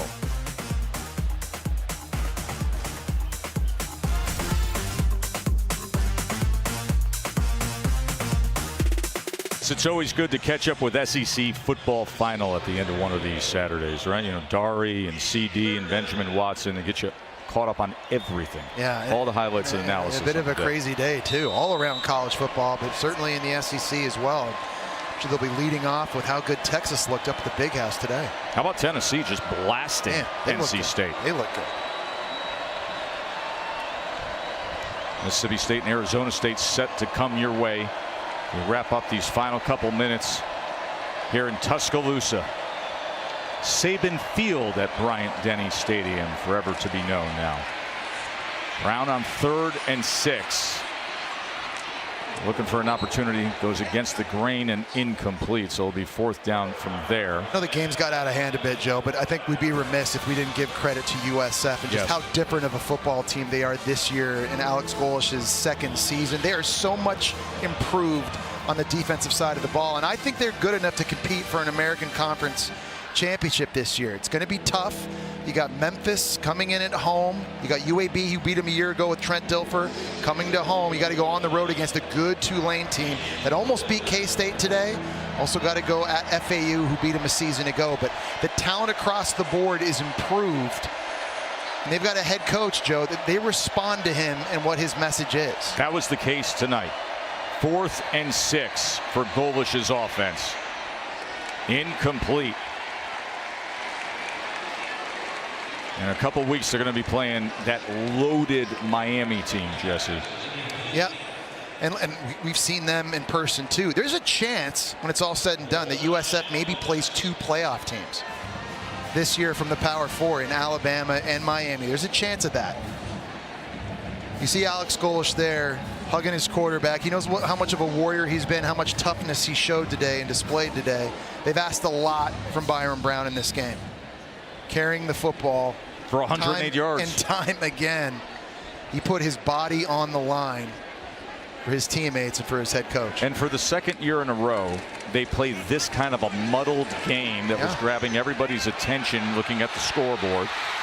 As once again, the running game of Alabama is going to make this game look like nothing we covered for most of it, as Justice Haynes brings it right in, a 29-yard touchdown. So people at home are like, where was this offense for the first, I don't know, 50 minutes of this game?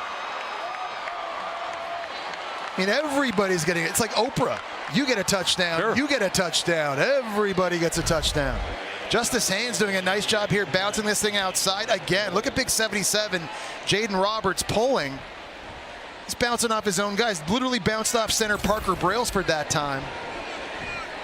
And you're right, Joe. I mean, people that didn't watch this, they'll have no idea just how competitive this game really was. This game was so competitive, Jesse, that earlier in this 4th quarter, South Florida had the ball deep. It was 6:45 to go in this game when they made it 16-21. There was 6 minutes to play in the game, and you're saying they should just go for it here, try to tie the game. That was with 6:45 to go in the game. All of a sudden, you look up, it's 42. And that's why, another reason why I think you go for it in that situation, Joe, because this offense is just one play away all the time, as you've seen now in the last 3 drives. You just kind of wonder, how long can you hold on against the talent of this team?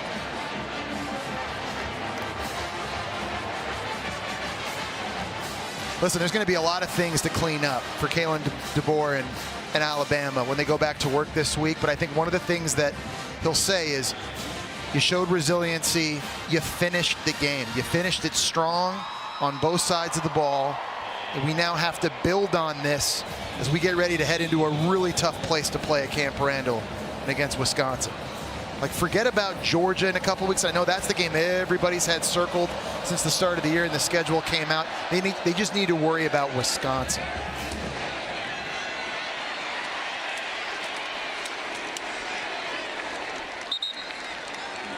Jalen Milroe, his evening. Remember, 5 touchdowns last week, had 4 tonight. Yeah, and best athlete on the field just needs to touch the football, and he needs to carry the football, and he needs to throw the football, and you got to do it in as many different creative ways as you can. This is a very different looking Kalen DeBoer offense versus the one he ran at Washington with Michael Penix Jr., simply because of the skill set that Jalen Milroe has. But at the end, seeing flashes from true freshman Ryan Williams at wide receiver and seeing the home run hitting power of Justice Haynes and Jam Miller running the football.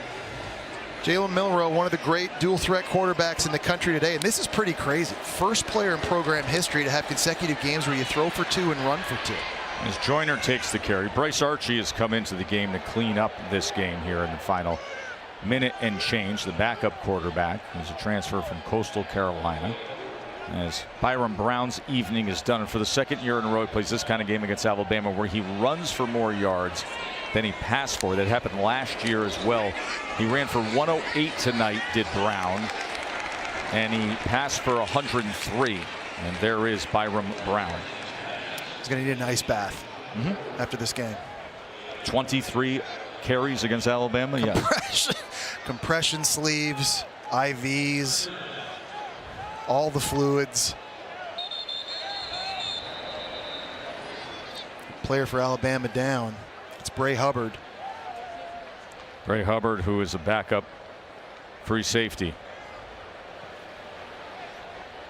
Well, we talk about the culture of a place, and we had the privilege of being at practice on Saturday, and this is how they finish up the walkthrough. This is what they call tied teammates. Coach DeBoer gives children struggling with a medical issue a chance to meet their heroes.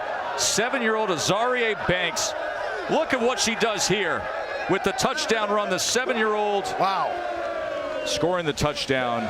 They said, who are your favorite players? She said, all of them. It's just a beautiful scene every week. Tied teammates is something that Coach DeBoer puts forth every week. Yeah, really touching. And listen, you know, certainly Kalen DeBoer respects and honors everything that Nick Saban built here, and the expectation that has been created, the standard that's been set. But Kalen DeBoer also is going to do things his own way, and whether that's the practice schedule, how you recruit, how you game plan, what the pregame locker room speech is like, it's worked for him. He's won 90% of the games anywhere he's been a head coach.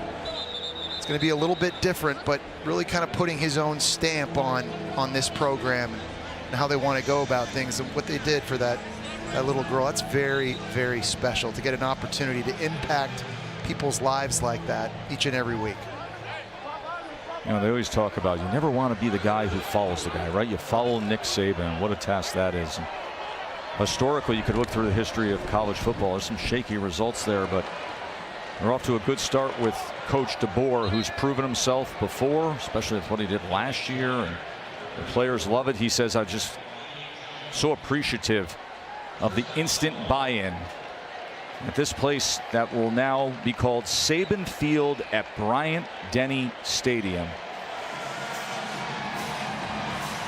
As Coach DeBoer will move his mark to 2-0 at Alabama on a night that was filled with penalties and some choppy play, but in the end, the explosive plays from Ryan Williams and Jam Miller and Justice Haynes, and thus a final score that looks like this: 42-16.